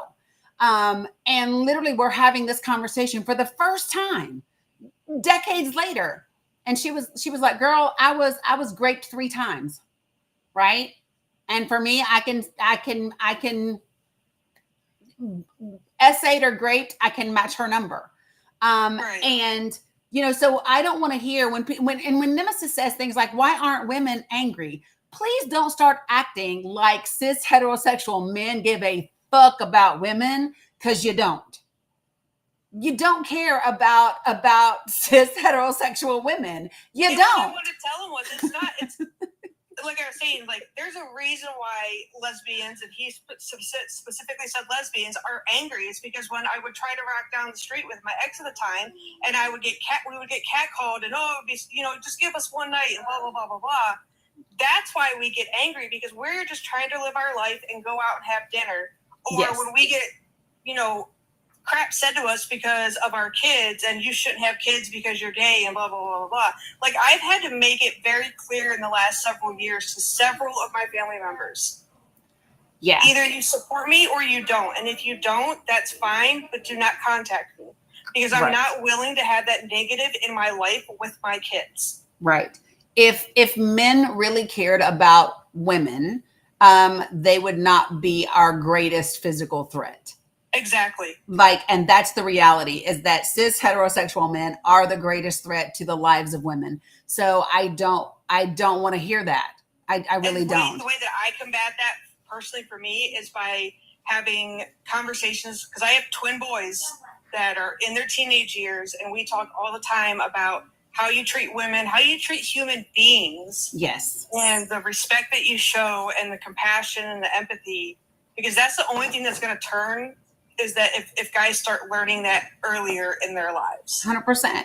I often will say to guys, so this is one of my biggest pet peeves. And it's funny, because I will admit, I get a little salty. I get slightly angry, Jen. I get a little perturbed because what happens all the time, and I know they mean well, but when it gets to be fall, there's this meme that goes around social media that starts saying, hey, ladies, it's getting darker early, so make sure you park under a street light. Hey, ladies, make sure you park close to the door. Make sure you look around. And I said, hey, man, why don't you just get all your men friends that are predators in the fuck check. Like, why don't you tell the guy at the bar not to buy the girl who's already had enough another drink? When you see your guy friend, or when you see a man follow the woman out the door, why don't you walk with him? Why don't you walk from behind him? Why don't you check your friend that says the sexist, misogynistic joke? Why don't you know what I'm saying? Like, you handle men. Don't tell me all the other precautions that I need to take just to exist. Why don't you tell the men in your life? Because let me just tell you this, men, if 1 in 5 or 1 in 4 women are the victims of SA or assault or rape, that means you know plenty of men that are committing those. Exactly. So check them. and I've had these conversations, and they're like, well, that's the era that I grew up in. Well, just because you grew up that way does not mean you have to function that way. No, and that's what I was You can saying. change your mindset. That's what I was saying at the beginning, Jen, and I'm so glad you circled back around to that, because let me just tell you all, and this is what I was sharing at the beginning, because I do want people to understand, because there are a lot of people out there who maybe were raised like me and think like I used to think, but I was raised in the South. I was raised in, the Baptist church. I was taught that it was Adam and Eve, not Adam and Steve. That's a thing that I actually said out of my mouth. There were things that I said about, homosexuality being a sin and people going to hell, and that it wasn't natural. And like, these are the things that I was taught and believed and heard.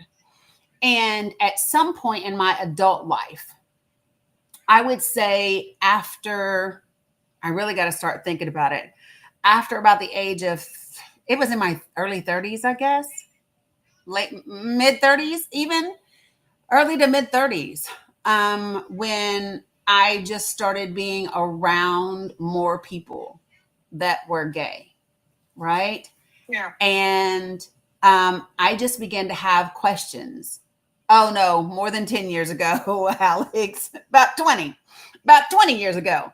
But I started to have questions, because here's my thing. I was having a hard time thinking that God would send someone to hell for who they love. Like, not for hurting anybody, not for harming anybody, but just for loving somebody who happened to be of the same sex that we made up, by the way. We made that shit up.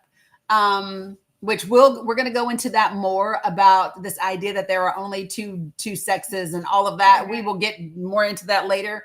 But it just, I was like, I'm going to have a hard time. And then the gay couples that I knew that had children, I'm not kidding you, they are some of the best fucking parents I have seen.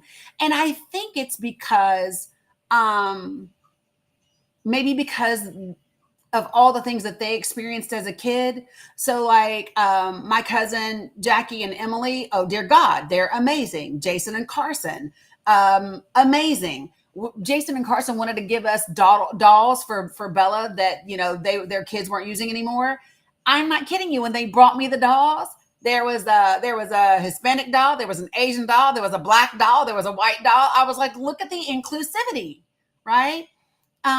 Same thing with the books that they brought me. And I literally said, and so this is the part. So Jen, you'll love this. When I came home, in my 40s, and I was talking to my childhood pastor, and he was asking me, well, do you go to church where you live now? And I was like, no, I don't. And he was like, well, do you meditate? And I was like, I do. And he was like, well, meditation is from the East. And I said, well, newsflash, so was Jesus. And, and I said, you know what? I said, I just have questions. If there's a day that I get to meet Jesus, I have questions. And I said, and I mentioned homosexuality being one of those things. And I said, and another one is this, let's just say that the Bible is a real deal. Like, it's meant to be taken literally, as many people do, right? So that means that the Tower of Babel was a real thing, that people got, too big for their britches, and they built this big tower, almost got to heaven.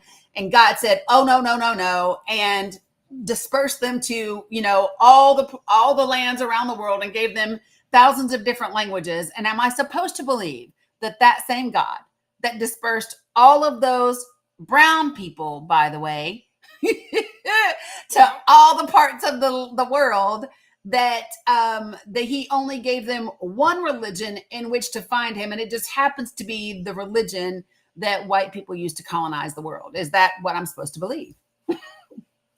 And my pastor said to me then, he said, he said, you've gotten to a place that most people don't get to ever in their life, or if they do, not until their 70s or their 80s, where they can challenge those deep rooted things that they are taught. He said, because the reality is this, he said, we are just human beings and we interpret and we teach as best we can, according to our interpretation, and da, da, da, da, da, da, da. And I thought, yeah, that's why we all have our own internal wisdom, because, y'all fuck it up. That's why. I think the best thing I heard came from my grandfather, who's in his 80s, grew up, central Pennsylvania. That's a strictly white area, Methodist, all that stuff. And when I came out to him, he said, you know what? I don't agree with it, but you're my grandchild and I love you. And if that makes you happy, then I support you. You don't have to agree with somebody to support them. Right. You can have your difference of opinions, but at the end of the day, for me, it all comes down to empathy and giving people the grace to be who they need to be happy. Right. That's all it comes down to for me. And all this other crap that's going on, like, it just sucks. And, because of everything that's going on, I've gone introverted because I hate going out, because then I have to deal with it. And I'm trying to be centered and happy with myself, and having to constantly have those conversations where people don't want to listen. They just want to spew and then be like, no, you're wrong. You're wrong. I'm like, oh, whatever. Yeah. So Okay. This is, again, nobody is saying it's the same thing about AB, right? Nobody is asking you to be like, yes, everybody should get an AB. No, Right. What we're saying is mind your damn business and let me work it out for myself. And honestly, I'm not asking for more rights than anybody else. I Right. just want the same amount of rights. Yes. That's it. That's all I want. Yes. 100%. Yes, Sarah. So when you say the best advice you ever got was take a good look at your core beliefs and ask yourself if they are yours. You said that's the best advice you ever got. I'll add to that. For me, when I started to do it, because it was very scary, right?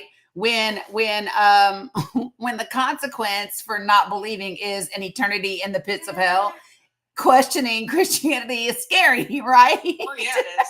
And so I will add this. So one of the things that I started to ask myself was,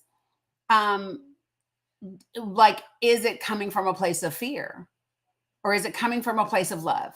Because if it's coming from fear, I know that's not God.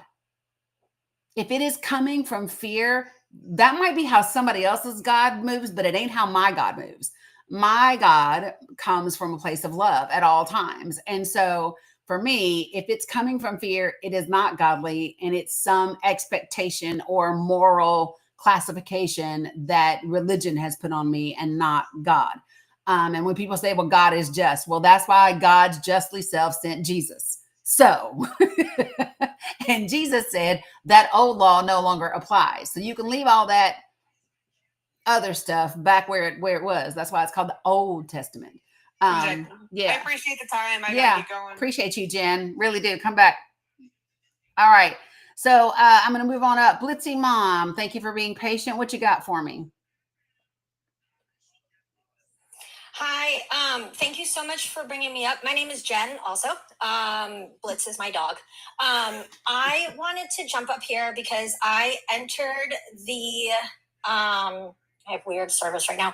I entered the live as the man Nemesis was nemesising.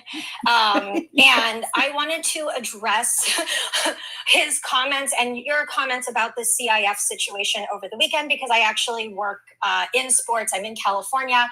The credentials are important just because for the validation. My undergrad is in sports journalism. I have an MBA with an emphasis in international sport business, and then I have a master's in sports psychology, and I work with athletes currently. And very specifically in California. Some of the past work I've done has included, for like 16 plus years being an athletic director. So with that said, all of this drama stuff, whatever you want to call it, that has come up about trans athletes, it's all fake. Yep. Trans athletes exist. That's not fake. What's fake is this moral outrage that all of a sudden seems to exist. And as Nemesis was leaving and screaming about who's going to protect women in sports, it's like, protect from who? Right. From men. And all of this is very much connected. And in my opinion, I don't know if you saw yesterday or 2 days ago, in South Dakota, there's some push for receiving the menstruation information for female participants in band, which is an all gender activity. Right. And all of this is connected as a means to hate women and to control women's bodies. And right now, the trans athlete is the easiest target because people don't understand that it's a non-issue. There is a weird solution that has been created for a problem that does not exist. It's something like less than 1% of the athletes who participate in the United States, at least. I don't know about 1%. globally. And there's so many dangers with this, not exclusively for trans athletes, but for women in general, because once this happens where there's this erasure of trans athletes, which are so few, it will then go into women and they will start checking periods. Men, I wrote a note down somewhere. Okay, I said that the same men, like Nemesis, who say that women need to be protected in sports are the same men who will push for laws that force female athletes to have their genitals checked, which is crazy. And it's uncomfortable, it is uncomfortable for me to even make that statement right now. Who just wrote good? Oh, that's not to me. Sorry. I'm not going to look at the comments. That was not to me. My bad. All of these things are going to go into that same pool of controlling women's bodies, controlling pregnancy. And what's happening right now is it's starting with trans athletes. And it's just a non-issue. Also, the women who were competing in that same championship track meet, there's a million other, sports happening, that happen with track. Every single athlete out there, including the woman who shared the second place, all were comfortable with it. And we're like, absolutely, this is how it has to be. So when men talk about protecting women in sports, biological, cisgender women in sports, ask those women what they think. And the vast majority, in my experience, at least in the state of California, which is what's now on this chopping block with Trump's nonsense, it's not a thing. And the women who are athletes don't care. And there are so many sports out there now that are considered all gender. I currently play polo on a horse. I'm not good. I'm a beginner. But I ride with men. And I play on the same team as men, and polo is a full contact sport. So you're pushing horses up against each other. There is no issue. Track shouldn't have any sort of gender anything. And I think men, quite frankly, are terrified. There's a reason that competitions haven't happened since Billie Jean King, because she kicked ass. And all of this is kind of this horrific path towards the erasure of women in general, which is very strange because men seem to love women and hate women all at the same time because they're attracted to women. I think men mostly hate women. But anyway, I just wanted to comment on that because I work within the CIF. I'm in the state of California. My background is very exclusive in sports.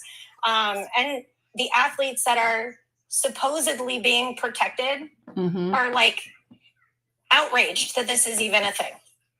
Yeah, so let me just say, so I pulled up with his anger leaving the call.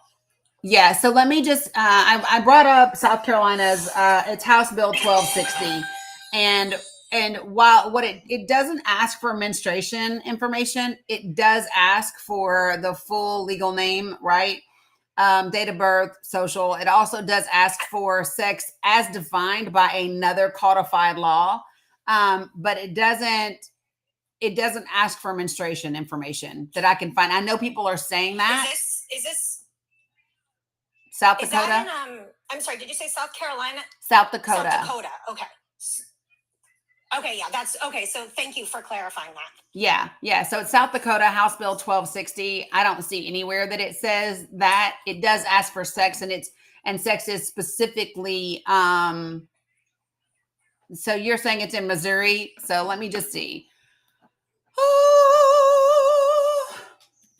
I don't know where specifically, but somewhere in South Dakota. Well, there's actually And again, I just saw the story, so it's yeah, so give me a second. When you're done with that, Dee, No I think problem. you reset your goal. It's kind of hard to see against the white background. Oh shit. It's there. It says 401 out of 500. It's the little pink fluffy heart thing. Good Lord. Sorry, y'all. I'm trying to do multiple things at a time. But I like to always say,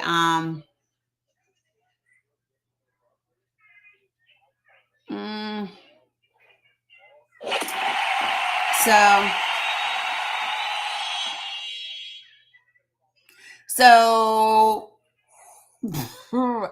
if you have a bill number, give it to me, because the bill that I see in Missouri actually is House Bill 742, and it says that a government entity shall not apply for a search warrant or issue a subpoena to obtain reproductive health data, and that it would prohibit any computer application or website from releasing reproductive health data.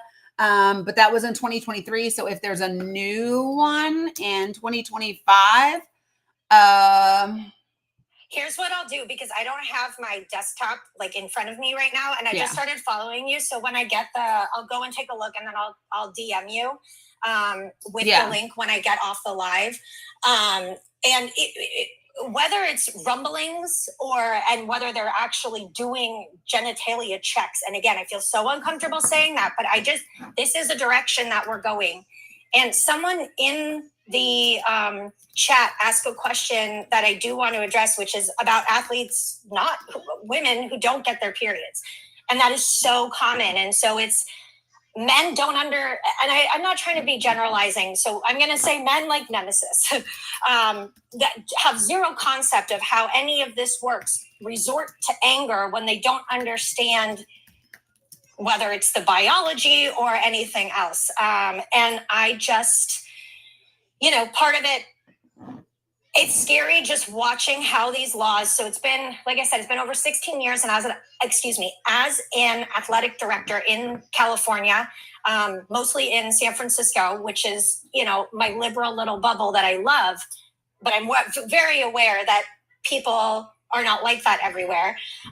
It's really scary seeing how it's gradual. It's the slow burn. It's the frog in, what's the analogy of the pot of water? Like a frog that starts in there and then you turn the heat up. They don't realize that they're boiling. Versus crabs, frogs, whatever. Yeah. Whatever it is. It's that kind of slow, like you don't realize it's happening. And then you see, these laws that are coming in about trans athletes. And it's like, okay, well, that doesn't affect me as a not a trans woman. But then it starts growing into all women. And then it's just, and I'm not saying that this needs attention because it's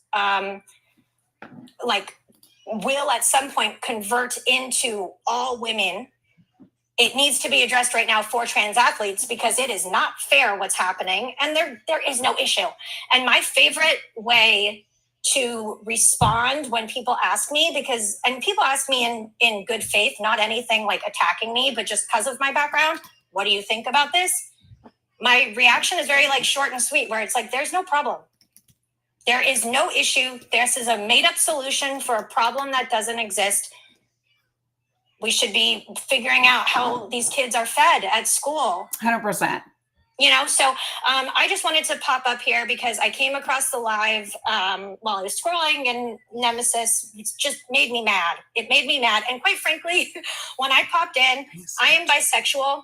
And as someone who allegedly, and again, I'm San Francisco, so things are a little bit different. I have never been treated badly by a lesbian.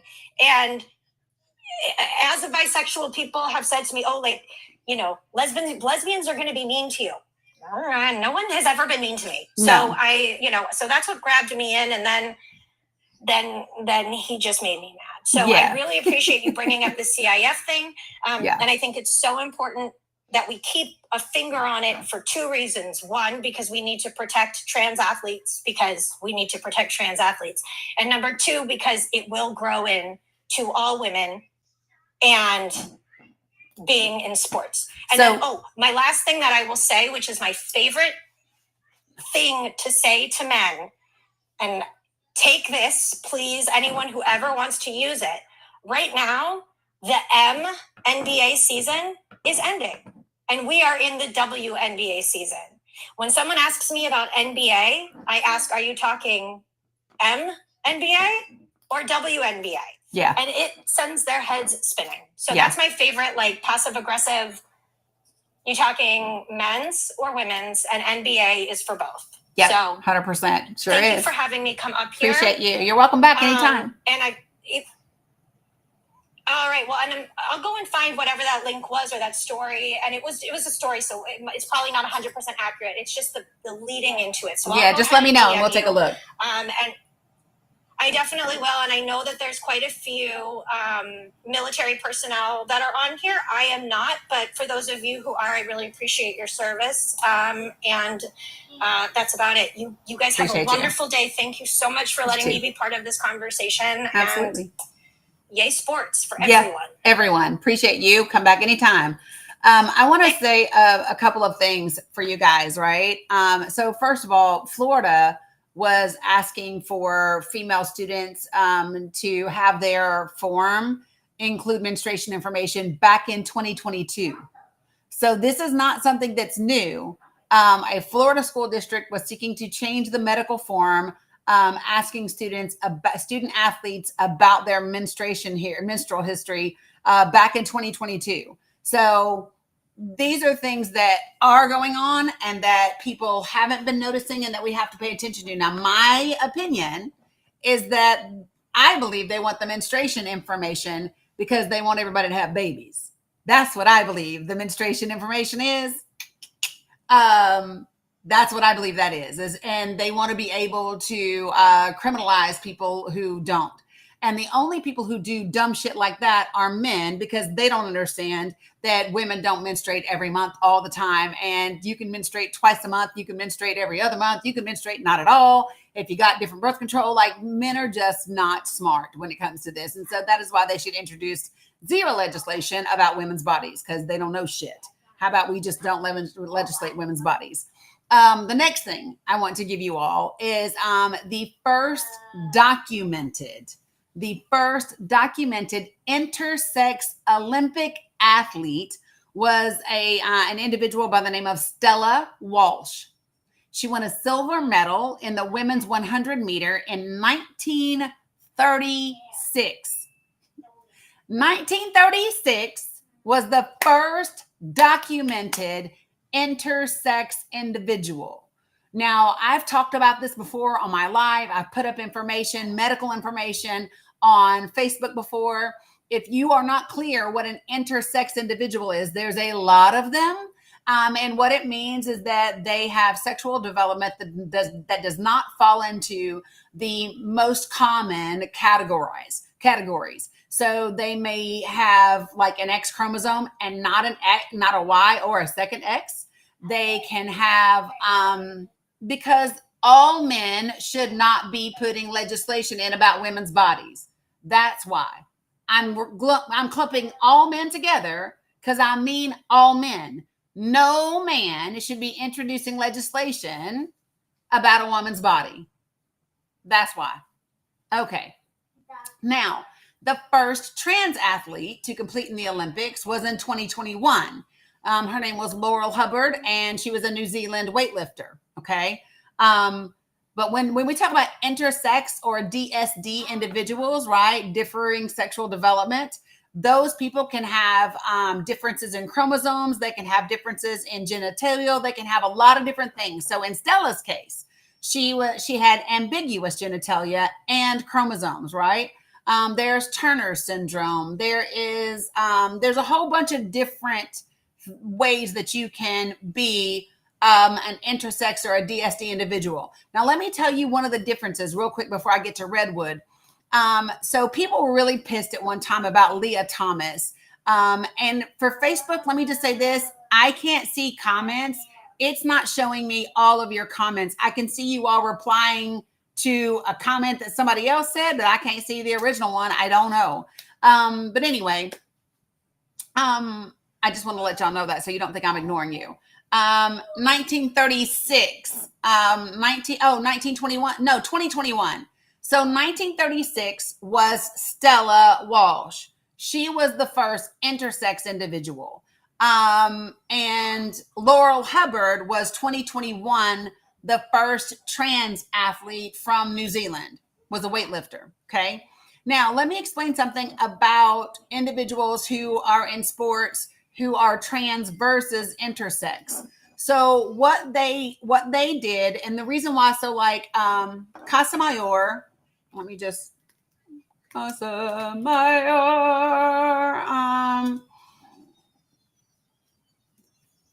let me see. I don't know why I keep saying that. That's not what I mean. I don't mean Casamayor. It's because I loved him. I love boxing, and that's why my brain keeps saying Casamayor, but that's not it. Hold on a second. Am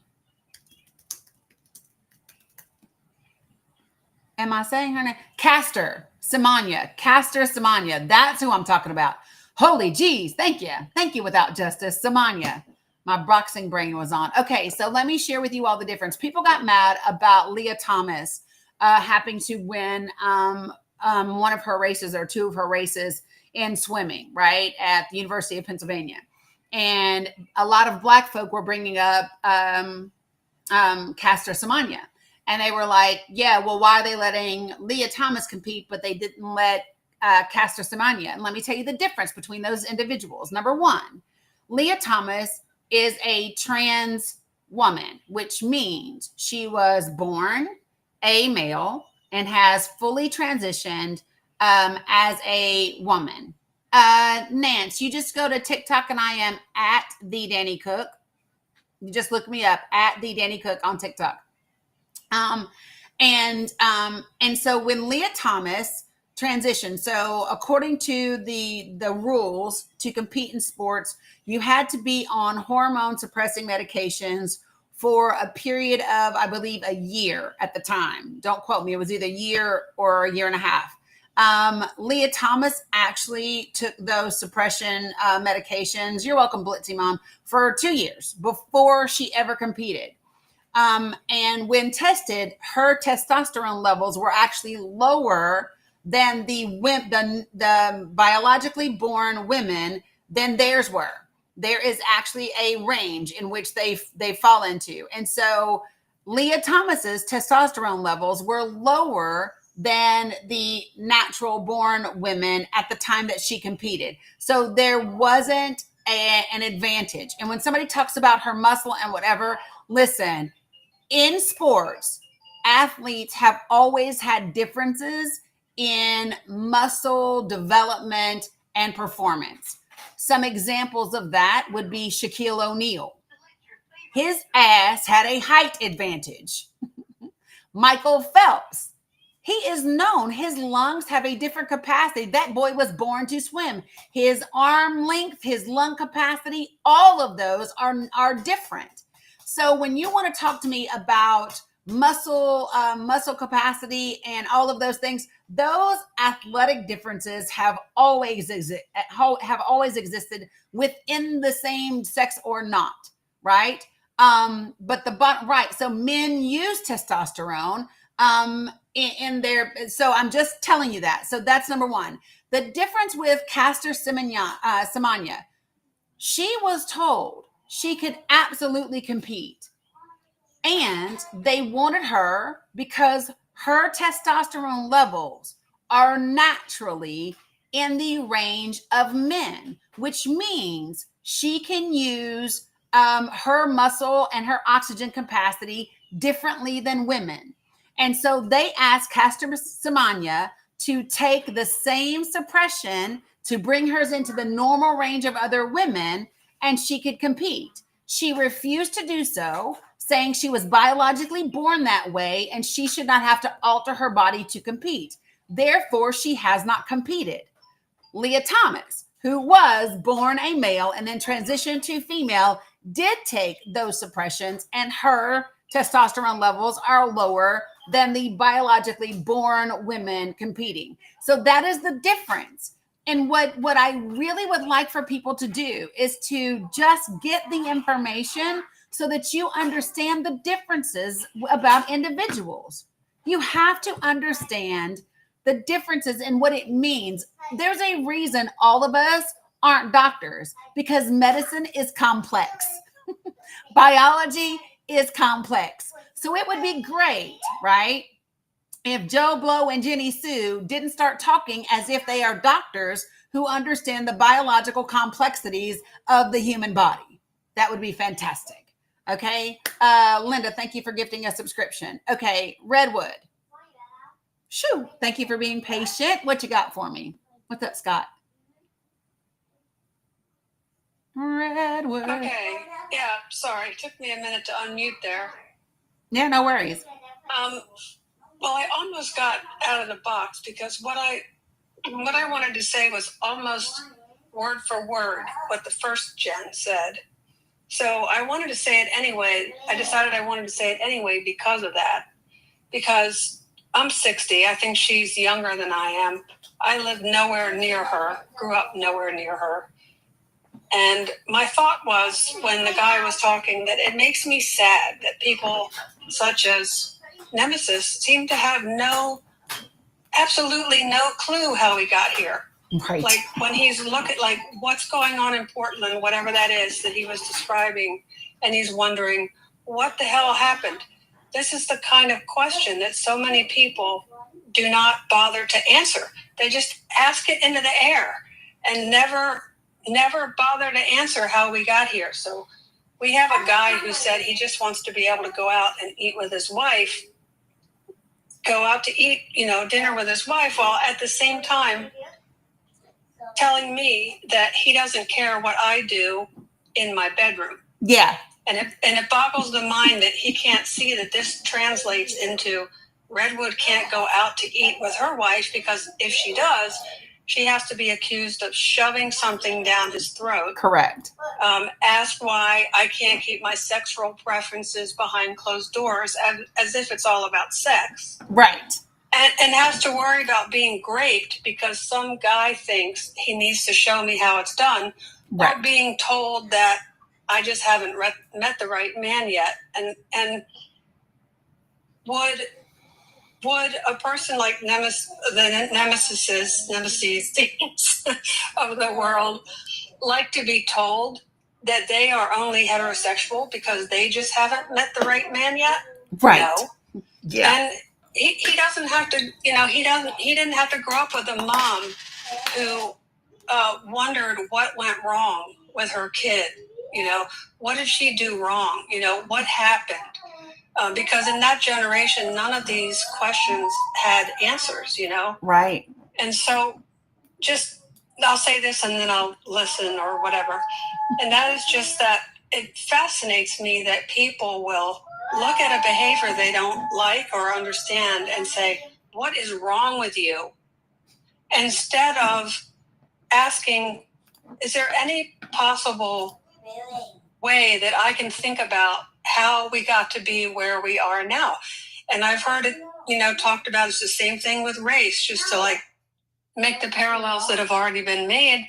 It does not make people feel better when white people, I guess particularly, say I do not see color. Nope. Now, people that grew up in the I do not see color generation, which is probably mine, think that that position is the most ally friendly position that we can possibly take. And the only reason we have continued to believe that is that we didn't ask. And so now we're asking, and now we know, hey, I don't see color does not make a person feel seen. And it is the exact same way when people say, what is wrong with you people? Why are you so angry? Yep. On that note, I will tell you something. So I have a really great friend of mine, and bless my soul, I used to do LGBTQ. Don't ask me why. It used to come out LBGTQ. I don't know why. And because I was typing that way, my predictive text would just fill it in for me, right? And I had a gay friend of mine, Jim, who told me about it twice, and I was like, shit. And after that, I have made sure I would type it just to change my predictive text to make sure that I got it right.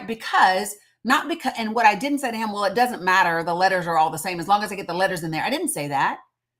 Nope. All I know is it bothered my friend, right? And he said, well, it's because it was lesbian, then gay, and then bi, right? And so there was an order to things. And so what I did not do was say, oh, well, as long as I get all the letters in, it's cool. It doesn't matter. No, my friend shared with me how I could be a better ally. So I made sure I got the fucking letters right. Right. I have told the story about my friend Jamie, who this is probably back in 2018, 2019, heard me on a live. And I said something about their lifestyle. And she immediately hit me up and corrected me and said, hey, it's not a lifestyle. It's a life. Right. And she said, a lifestyle is if you go hiking or if you're a gym rat or if you're a vegetarian, like that's a lifestyle. You choose it. All we have is a life. It's not something that we choose. She had to tell me that one time. And I don't say lifestyle anymore. I say life. I've shared this story before as well, and I'll share it with you now.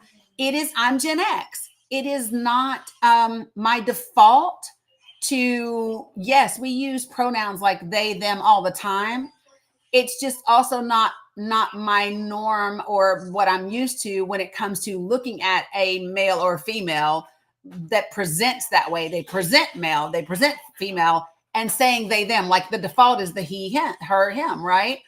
And so in 2022, I was working with several individuals who went by they, them. And that's how they identified. And so I knew that about Blake, which, by the way, Blake is gorgeous. Yes, they are. Blake is gorgeous. And no matter how that joker is, whether that joker's in drag or not, fucking fabulous. So anyway, we were talking one day, and just out of habit, I said he. And I immediately said, oh my God, Blake, I'm so sorry. I know it is they, them. And they stopped me and said, hey, listen, I know that you didn't mean anything by it. I know that it is new for you and that you are working on it. I did not take offense at all, right? But it's that, giving people that room to and not abusing the grace, right? But actually working on it. And I had one person that used they and she. And I said, may I ask a question? And they said, yes. And I said, how do I know when it's they and when it's she? Like, I'm confused by that one. Like, I get they, them, but how do I know when it's they and she? And they chuckled and said, it's really how I'm feeling that day. So girl, just use whatever. Use they or she in either way. But I asked because I don't know. And I want to be respectful. It's like when people come in here and say, lady, don't call me lady, because that you're being misogynistic. And I know it because I know the people who use it. So, but I literally had to ask and say, I don't know which one you feeling today. But yeah. So and I know, and it's like, I mean, I don't want trans people to have to say try harder, but I want us to say to each other, try harder. Yes. Because it's almost as if we have to make any effort outside of whatever groove we've been walking in, or ground into our pathway for however long. If we have to step outside of that at all, some people are pissy about it. Mm-hmm. And it's like, so try harder, Yes. just try harder. And we had, we didn't used to, when I was growing up, there was no word like heteronormative. Right. Somebody said heteronormative, No. and I was like, what? And then, even growing up as a gay person in the closet, it took me forever to figure out that the whole entire culture was set up around anything outside of that paradigm is twisted. Yes. So that's what I was taught.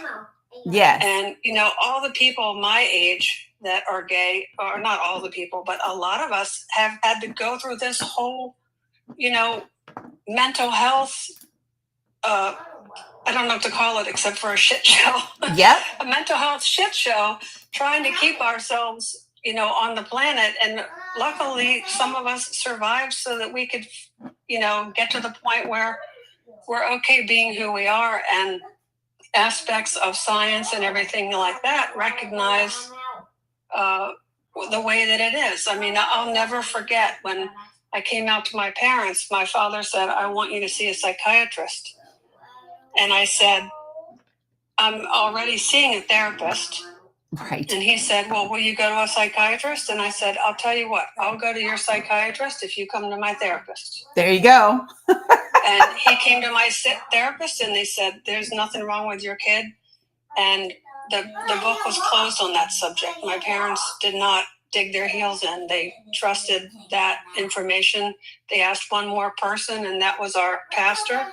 And he said, there's no indication, I can find no indication that your kid was not born this way, and that there's anything in the Bible that speaks against this. I love that for you.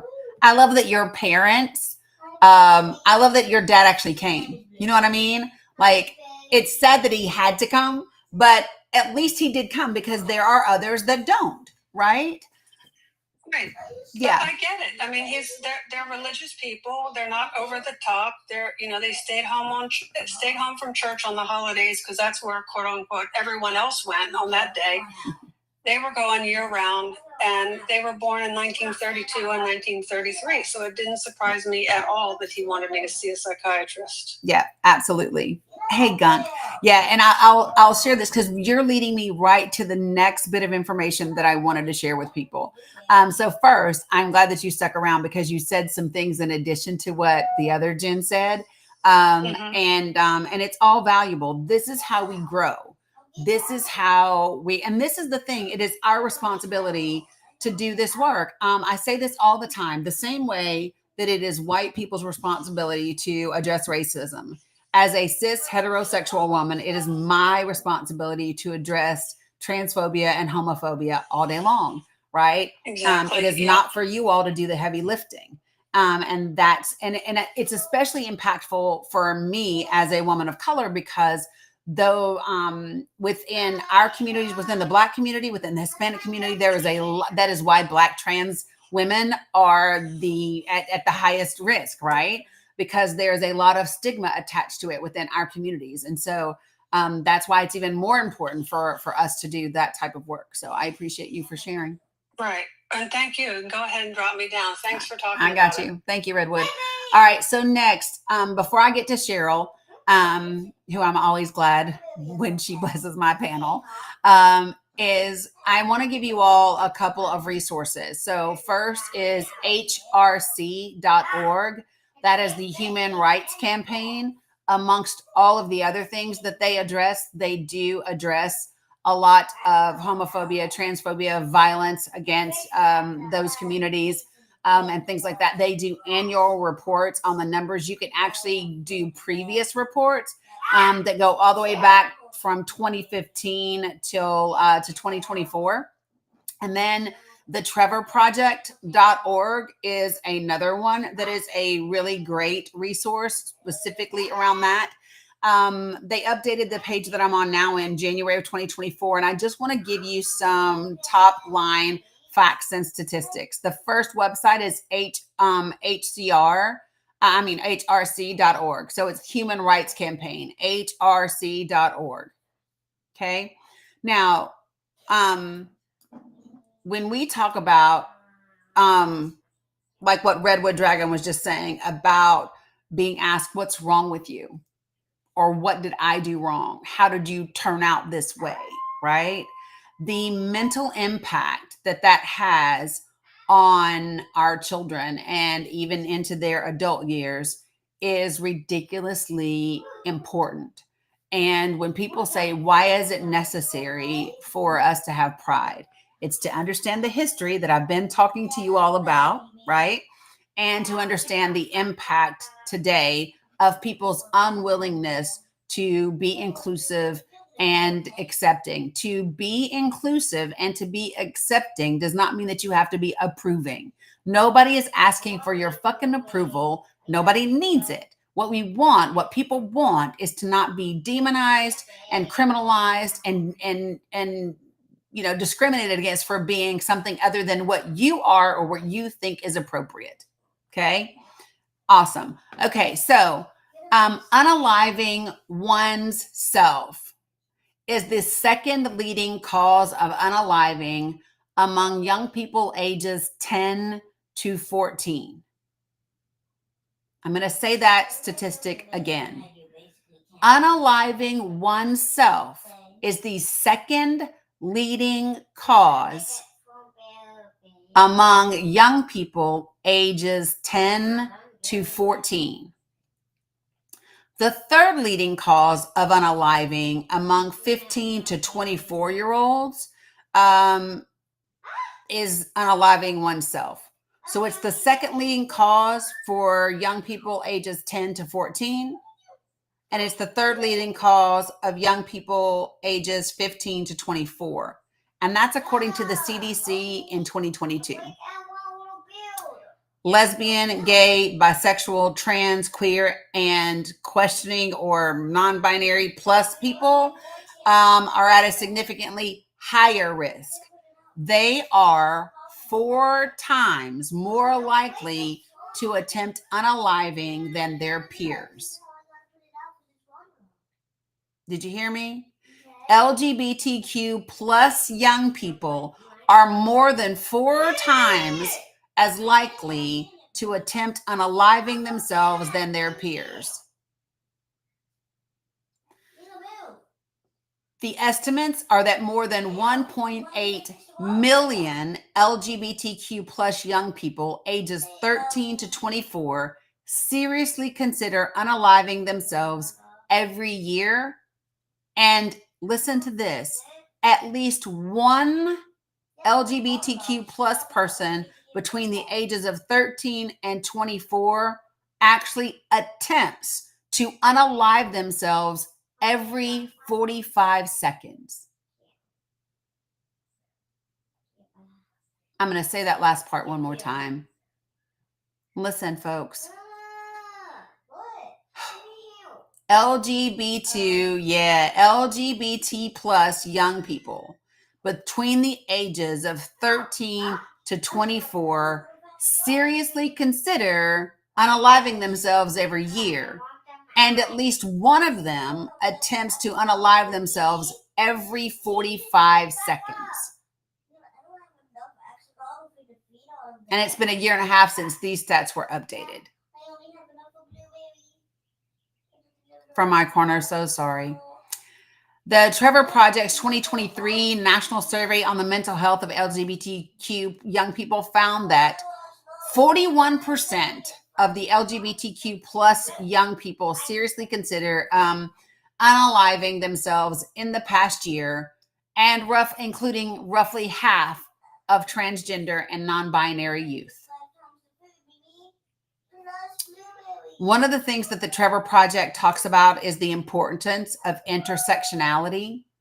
Intersectionality is a framework for understanding how interdependent and multidimensional social identities at an individual level, such as race and ethnicity, gender, and sexuality, are shaped by interlocking systems of privilege and oppression at the societal level, such as heterosexism, cisgenderism, and racism. This intersection of identities may in turn present distinct stressors for some LGBTQ plus young people compared to others. So that said, largely due to sample size limitations, researchers often fail to examine within group differences among LGBT plus young people, limiting our understanding of within group disparities in unaliving oneself, thoughts, and behaviors. Okay. This is the mental health disparities across social identities. This is for bisexual youth mental health facts. Data show that bisexual youth, or those who have the capacity to form attraction and or relationships to more than one gender, report higher rates of depression, mood, bullying, SA, and physical harm. According to the analysis of CDC data, 48% of bi young people consider attempting unaliving themselves seriously. In the past year, 27% attempted it. In 2023, 27% of bi young people attempted to unalive themselves. Among gay or lesbian youth, 37% seriously considered it, 19% attempted it. Straight youth, it is 14% seriously considering it and 6% attempting it. All of those statistics are alarming to me. We are failing our children.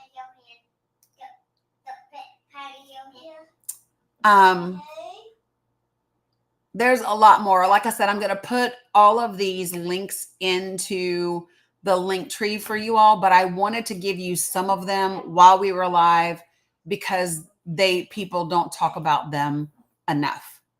And on that note, I'm going to go to Cheryl. Hey, Mom.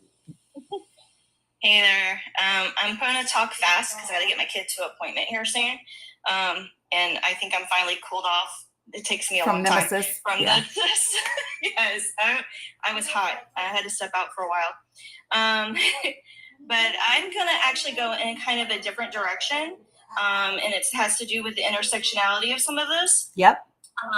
So when you were talking at first, when you were giving the statistics in regards back to the 1920s and what they were doing with people, there was also conversion therapy that was used. Yep. And they were forced into.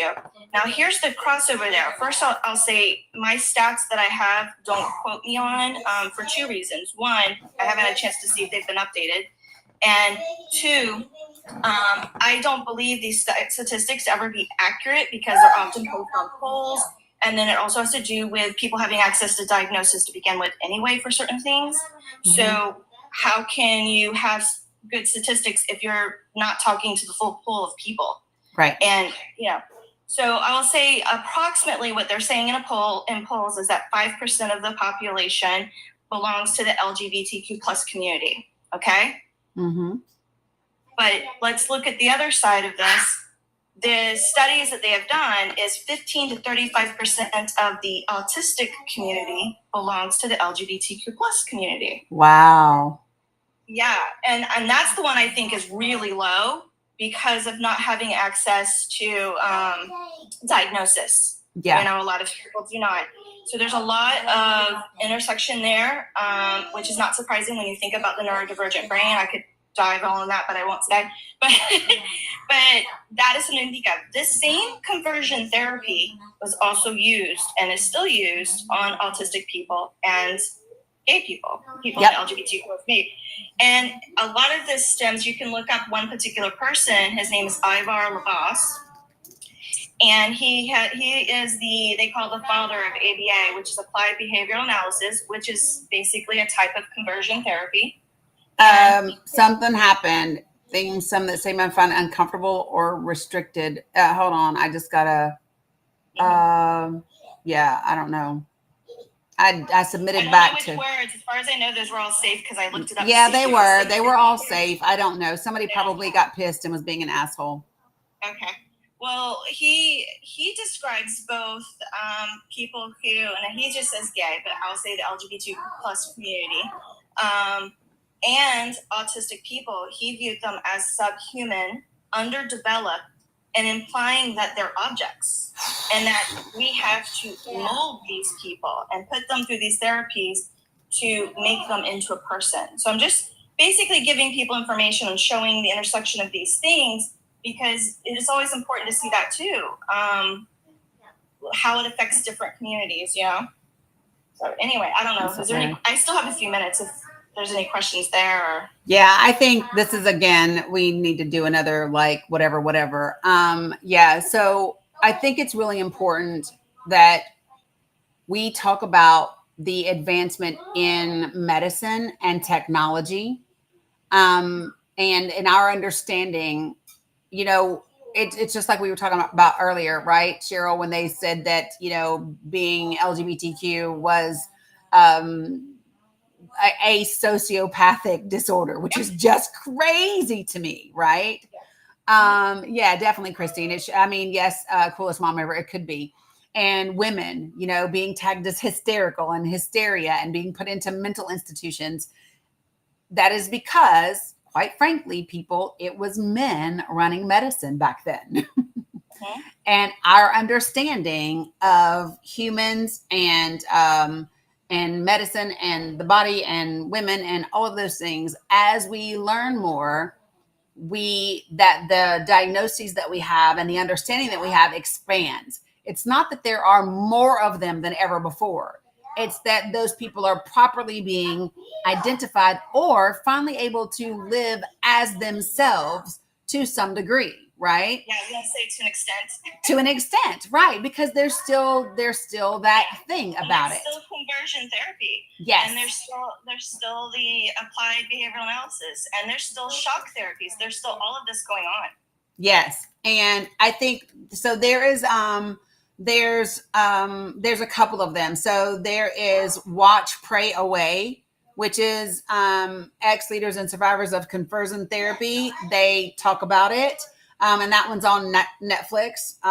For anybody who hasn't seen it, it's Pray Away is the name of it. If you haven't watched it, you might want to consider taking a peek at it. But yeah, that's Pray Away is on Netflix. I don't know if it's anywhere else or not, but it is a specific documentary on conversion therapy, and people that have gone through it are actually talking about it. Are you saying JD Vance went 3 times? I'm pretty sure JD Vance is one that said that he went through conversion therapy, yes. Here I go. That could just be rumor. So I'm not saying it's fact. I've heard that. I'm literally, well, I know he talked about, he went from thinking he was gay to something else.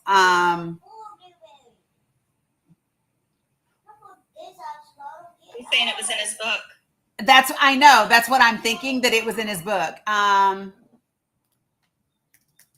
Yeah, I'm thinking that it was too. So like creating this world where people can't be themselves, and that's why those statistics that you just gave exist. yes. That's the whole reason, is all of this.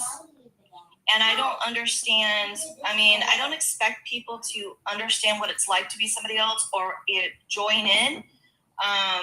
But the idea that we're going to make their lives like this or think that they need to be something else so much so that they don't want to be here, that part is the part I don't understand. It's just let people be. I mean, how can not having them here be better than allowing them to be themselves? Yeah. So it's Hillbilly Elegy is the name of his book. Don't buy it. Go to Ocean PDF and get it. But, yeah, so it's an anecdote about his childhood belief that he was gay, and his preacher, of course, condemned homosexuality, and Vance feared that he was going to hell, right? Because he disliked girls and cherished his friendship with another boy. And I forget the question, but his grandma, his mama, asked him a question, and I forget what the question was she asked. Oh my God! Now I want to pull it up. But yes, I remember this now, right? JD Vance. I gotta take off. Can you drop me Yes, out when I got you. Appreciate you. Appreciate you, Cheryl. Thank you. Appreciate you too. I remember that. Yeah, because his grandmother assured him that he wasn't gay. And so listen to this. She literally said, okay, so here it is. And this is on Goodreads. Okay, so here's the quote from the book. Okay, you ready? I love the fact when I could just read the whole damn quote. Quote, I broached this issue with Mama, confessing that I was gay and I was worried that I would burn in hell. She said, quote, don't be a fucking idiot. How would you know that you're gay? End quote. I explained my thought process. Mama chuckled and seemed to consider how she might explain to a boy my age. Finally, she asked, quote,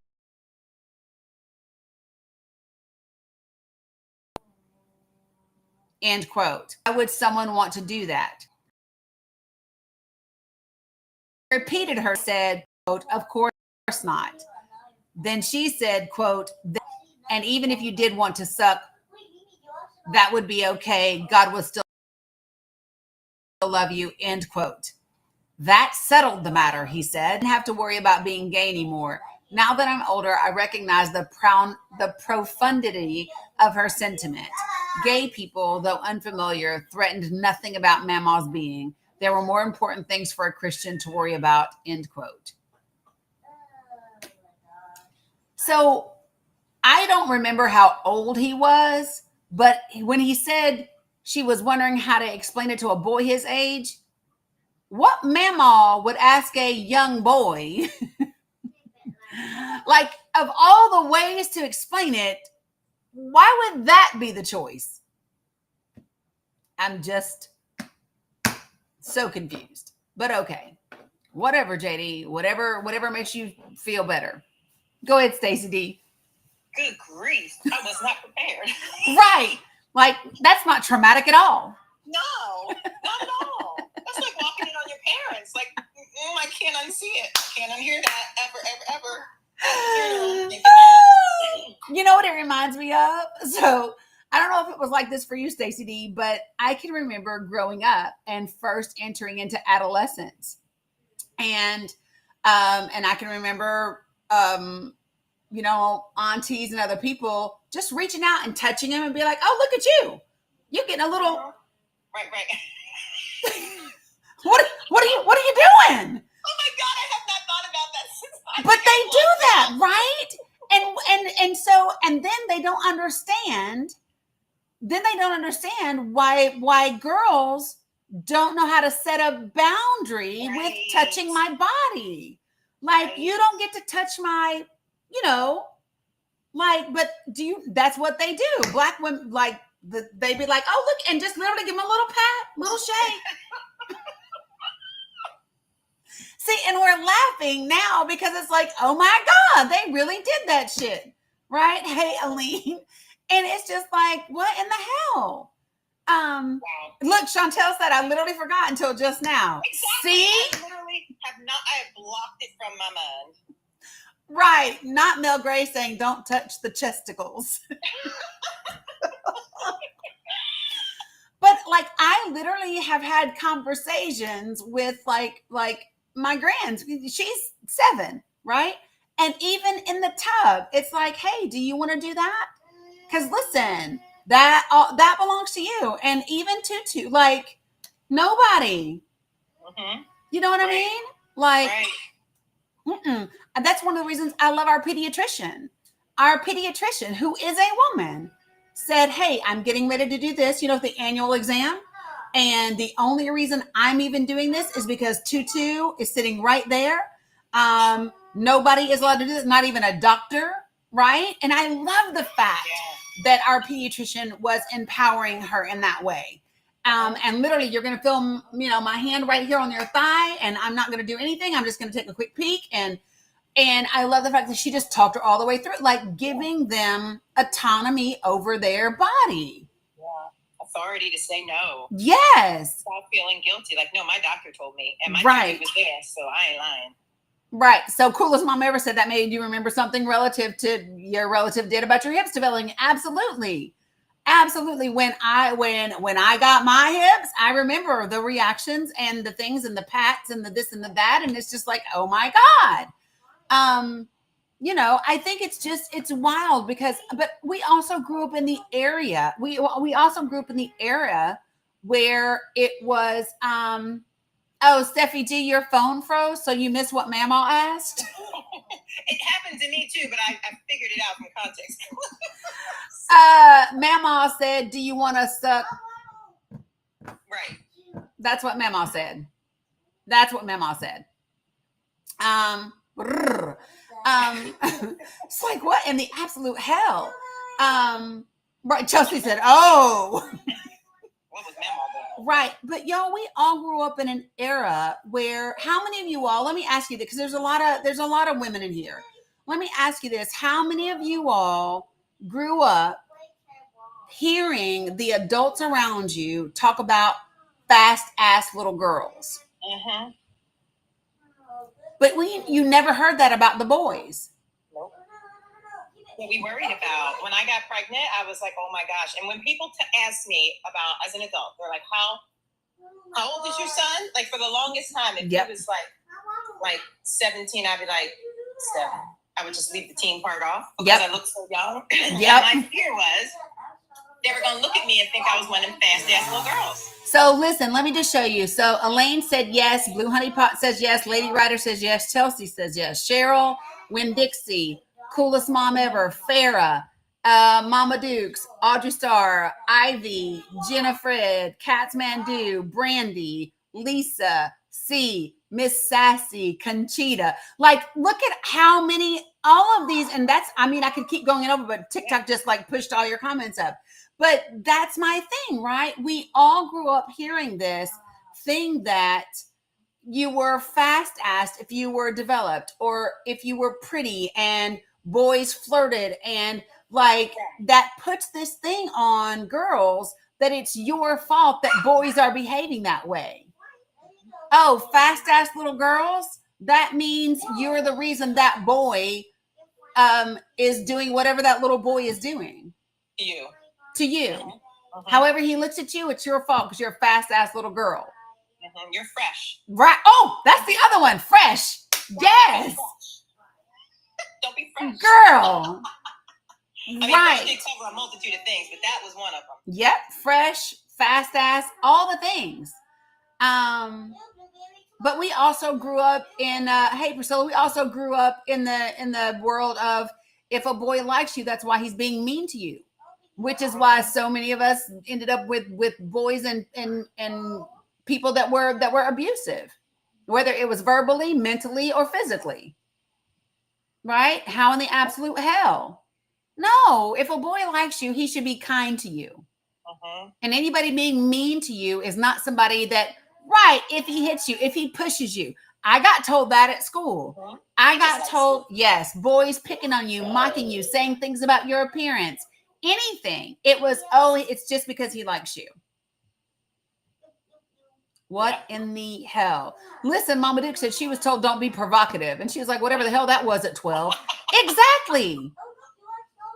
Yeah. Like, it's just, I am so glad that the world that we live in today is less misogynistic than it was when I was little. And even though it is less than, right? It still has way too far to go. Yeah. It is still not where it needs to be. And my whole thing is if it's like that for biological women that are cis and hetero, what the fuck must it be like for members of the LGBTQ plus community? We are not going back, bad bloggers. We are not. And let me tell you how I know we can't go back, because we're not the same society. We're not the same. You can't put people back in the closet. Nobody's going back. Nobody is going back. They can want it with everything in them, but we are not. I just got excited. I'm sorry. I just got a signal chat. What? You can't do that. I'm saying. I got real excited. Yes, you did. Woo! What? I can't. Here's what I will do. Even the girls are laughing at you.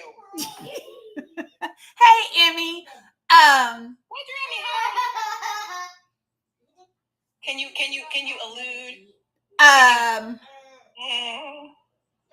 So I said that I was talking to somebody that had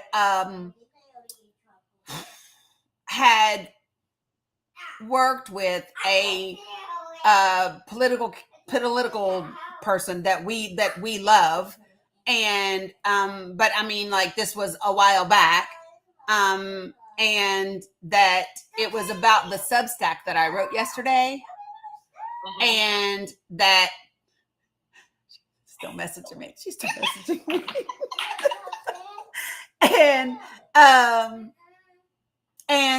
And so what I didn't say was that, so we had a group chat going on about some of the stuff that was in my Substack yesterday. And so we were exchanging things. Nope. Bigger than that one, Mandarific. Bigger than that one.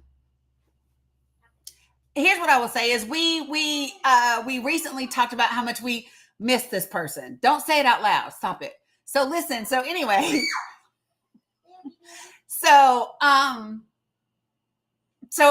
so I sent, we ain't talking about missing her. So I sent like just a direct message and said, hey, listen, I would love your thoughts on my whole Substack that I wrote. And she just messaged me back saying that loved every bit of it, and also with an invitation to do something. So you might need an assistant. I think you need an assistant. Y'all not going back far enough. But anyway. I mean, come on, people. There's a t-shirt. Here's all I'm going to say, okay? I am fired up and ready to go. If you don't get it from that, people, oh my God. I am fired up and ready to go. Whew. So, yes, Stacy hugged me, but no, so now this person doesn't work with that person anymore, but did for a long time doing communications and things. And so I just wanted to see what that person thought about the Substack that I wrote yesterday. So if you haven't read my damn Substack, go read it.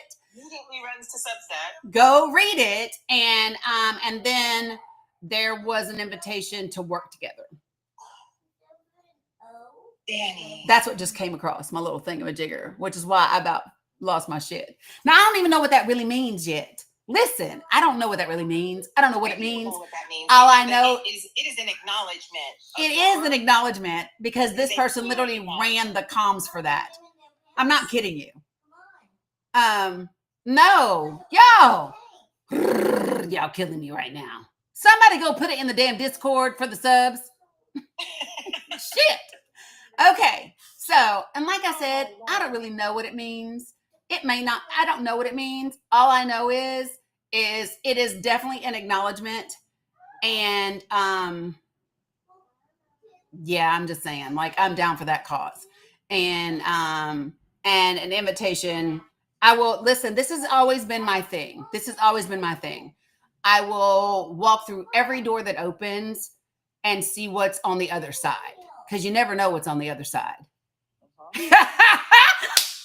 Not my friends. I love you, my friend. So one of my friends. I need to be in the Discord. I need to be in movie night for this. Okay.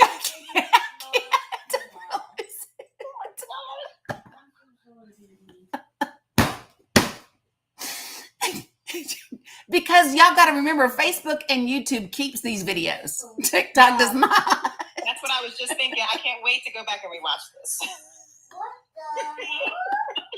Oh my God, that's so funny. Okay, so here's what I'm going to do because I am turning all kind of red. Okay, so let me just say this. Mom, I see you're here. I will call you shortly.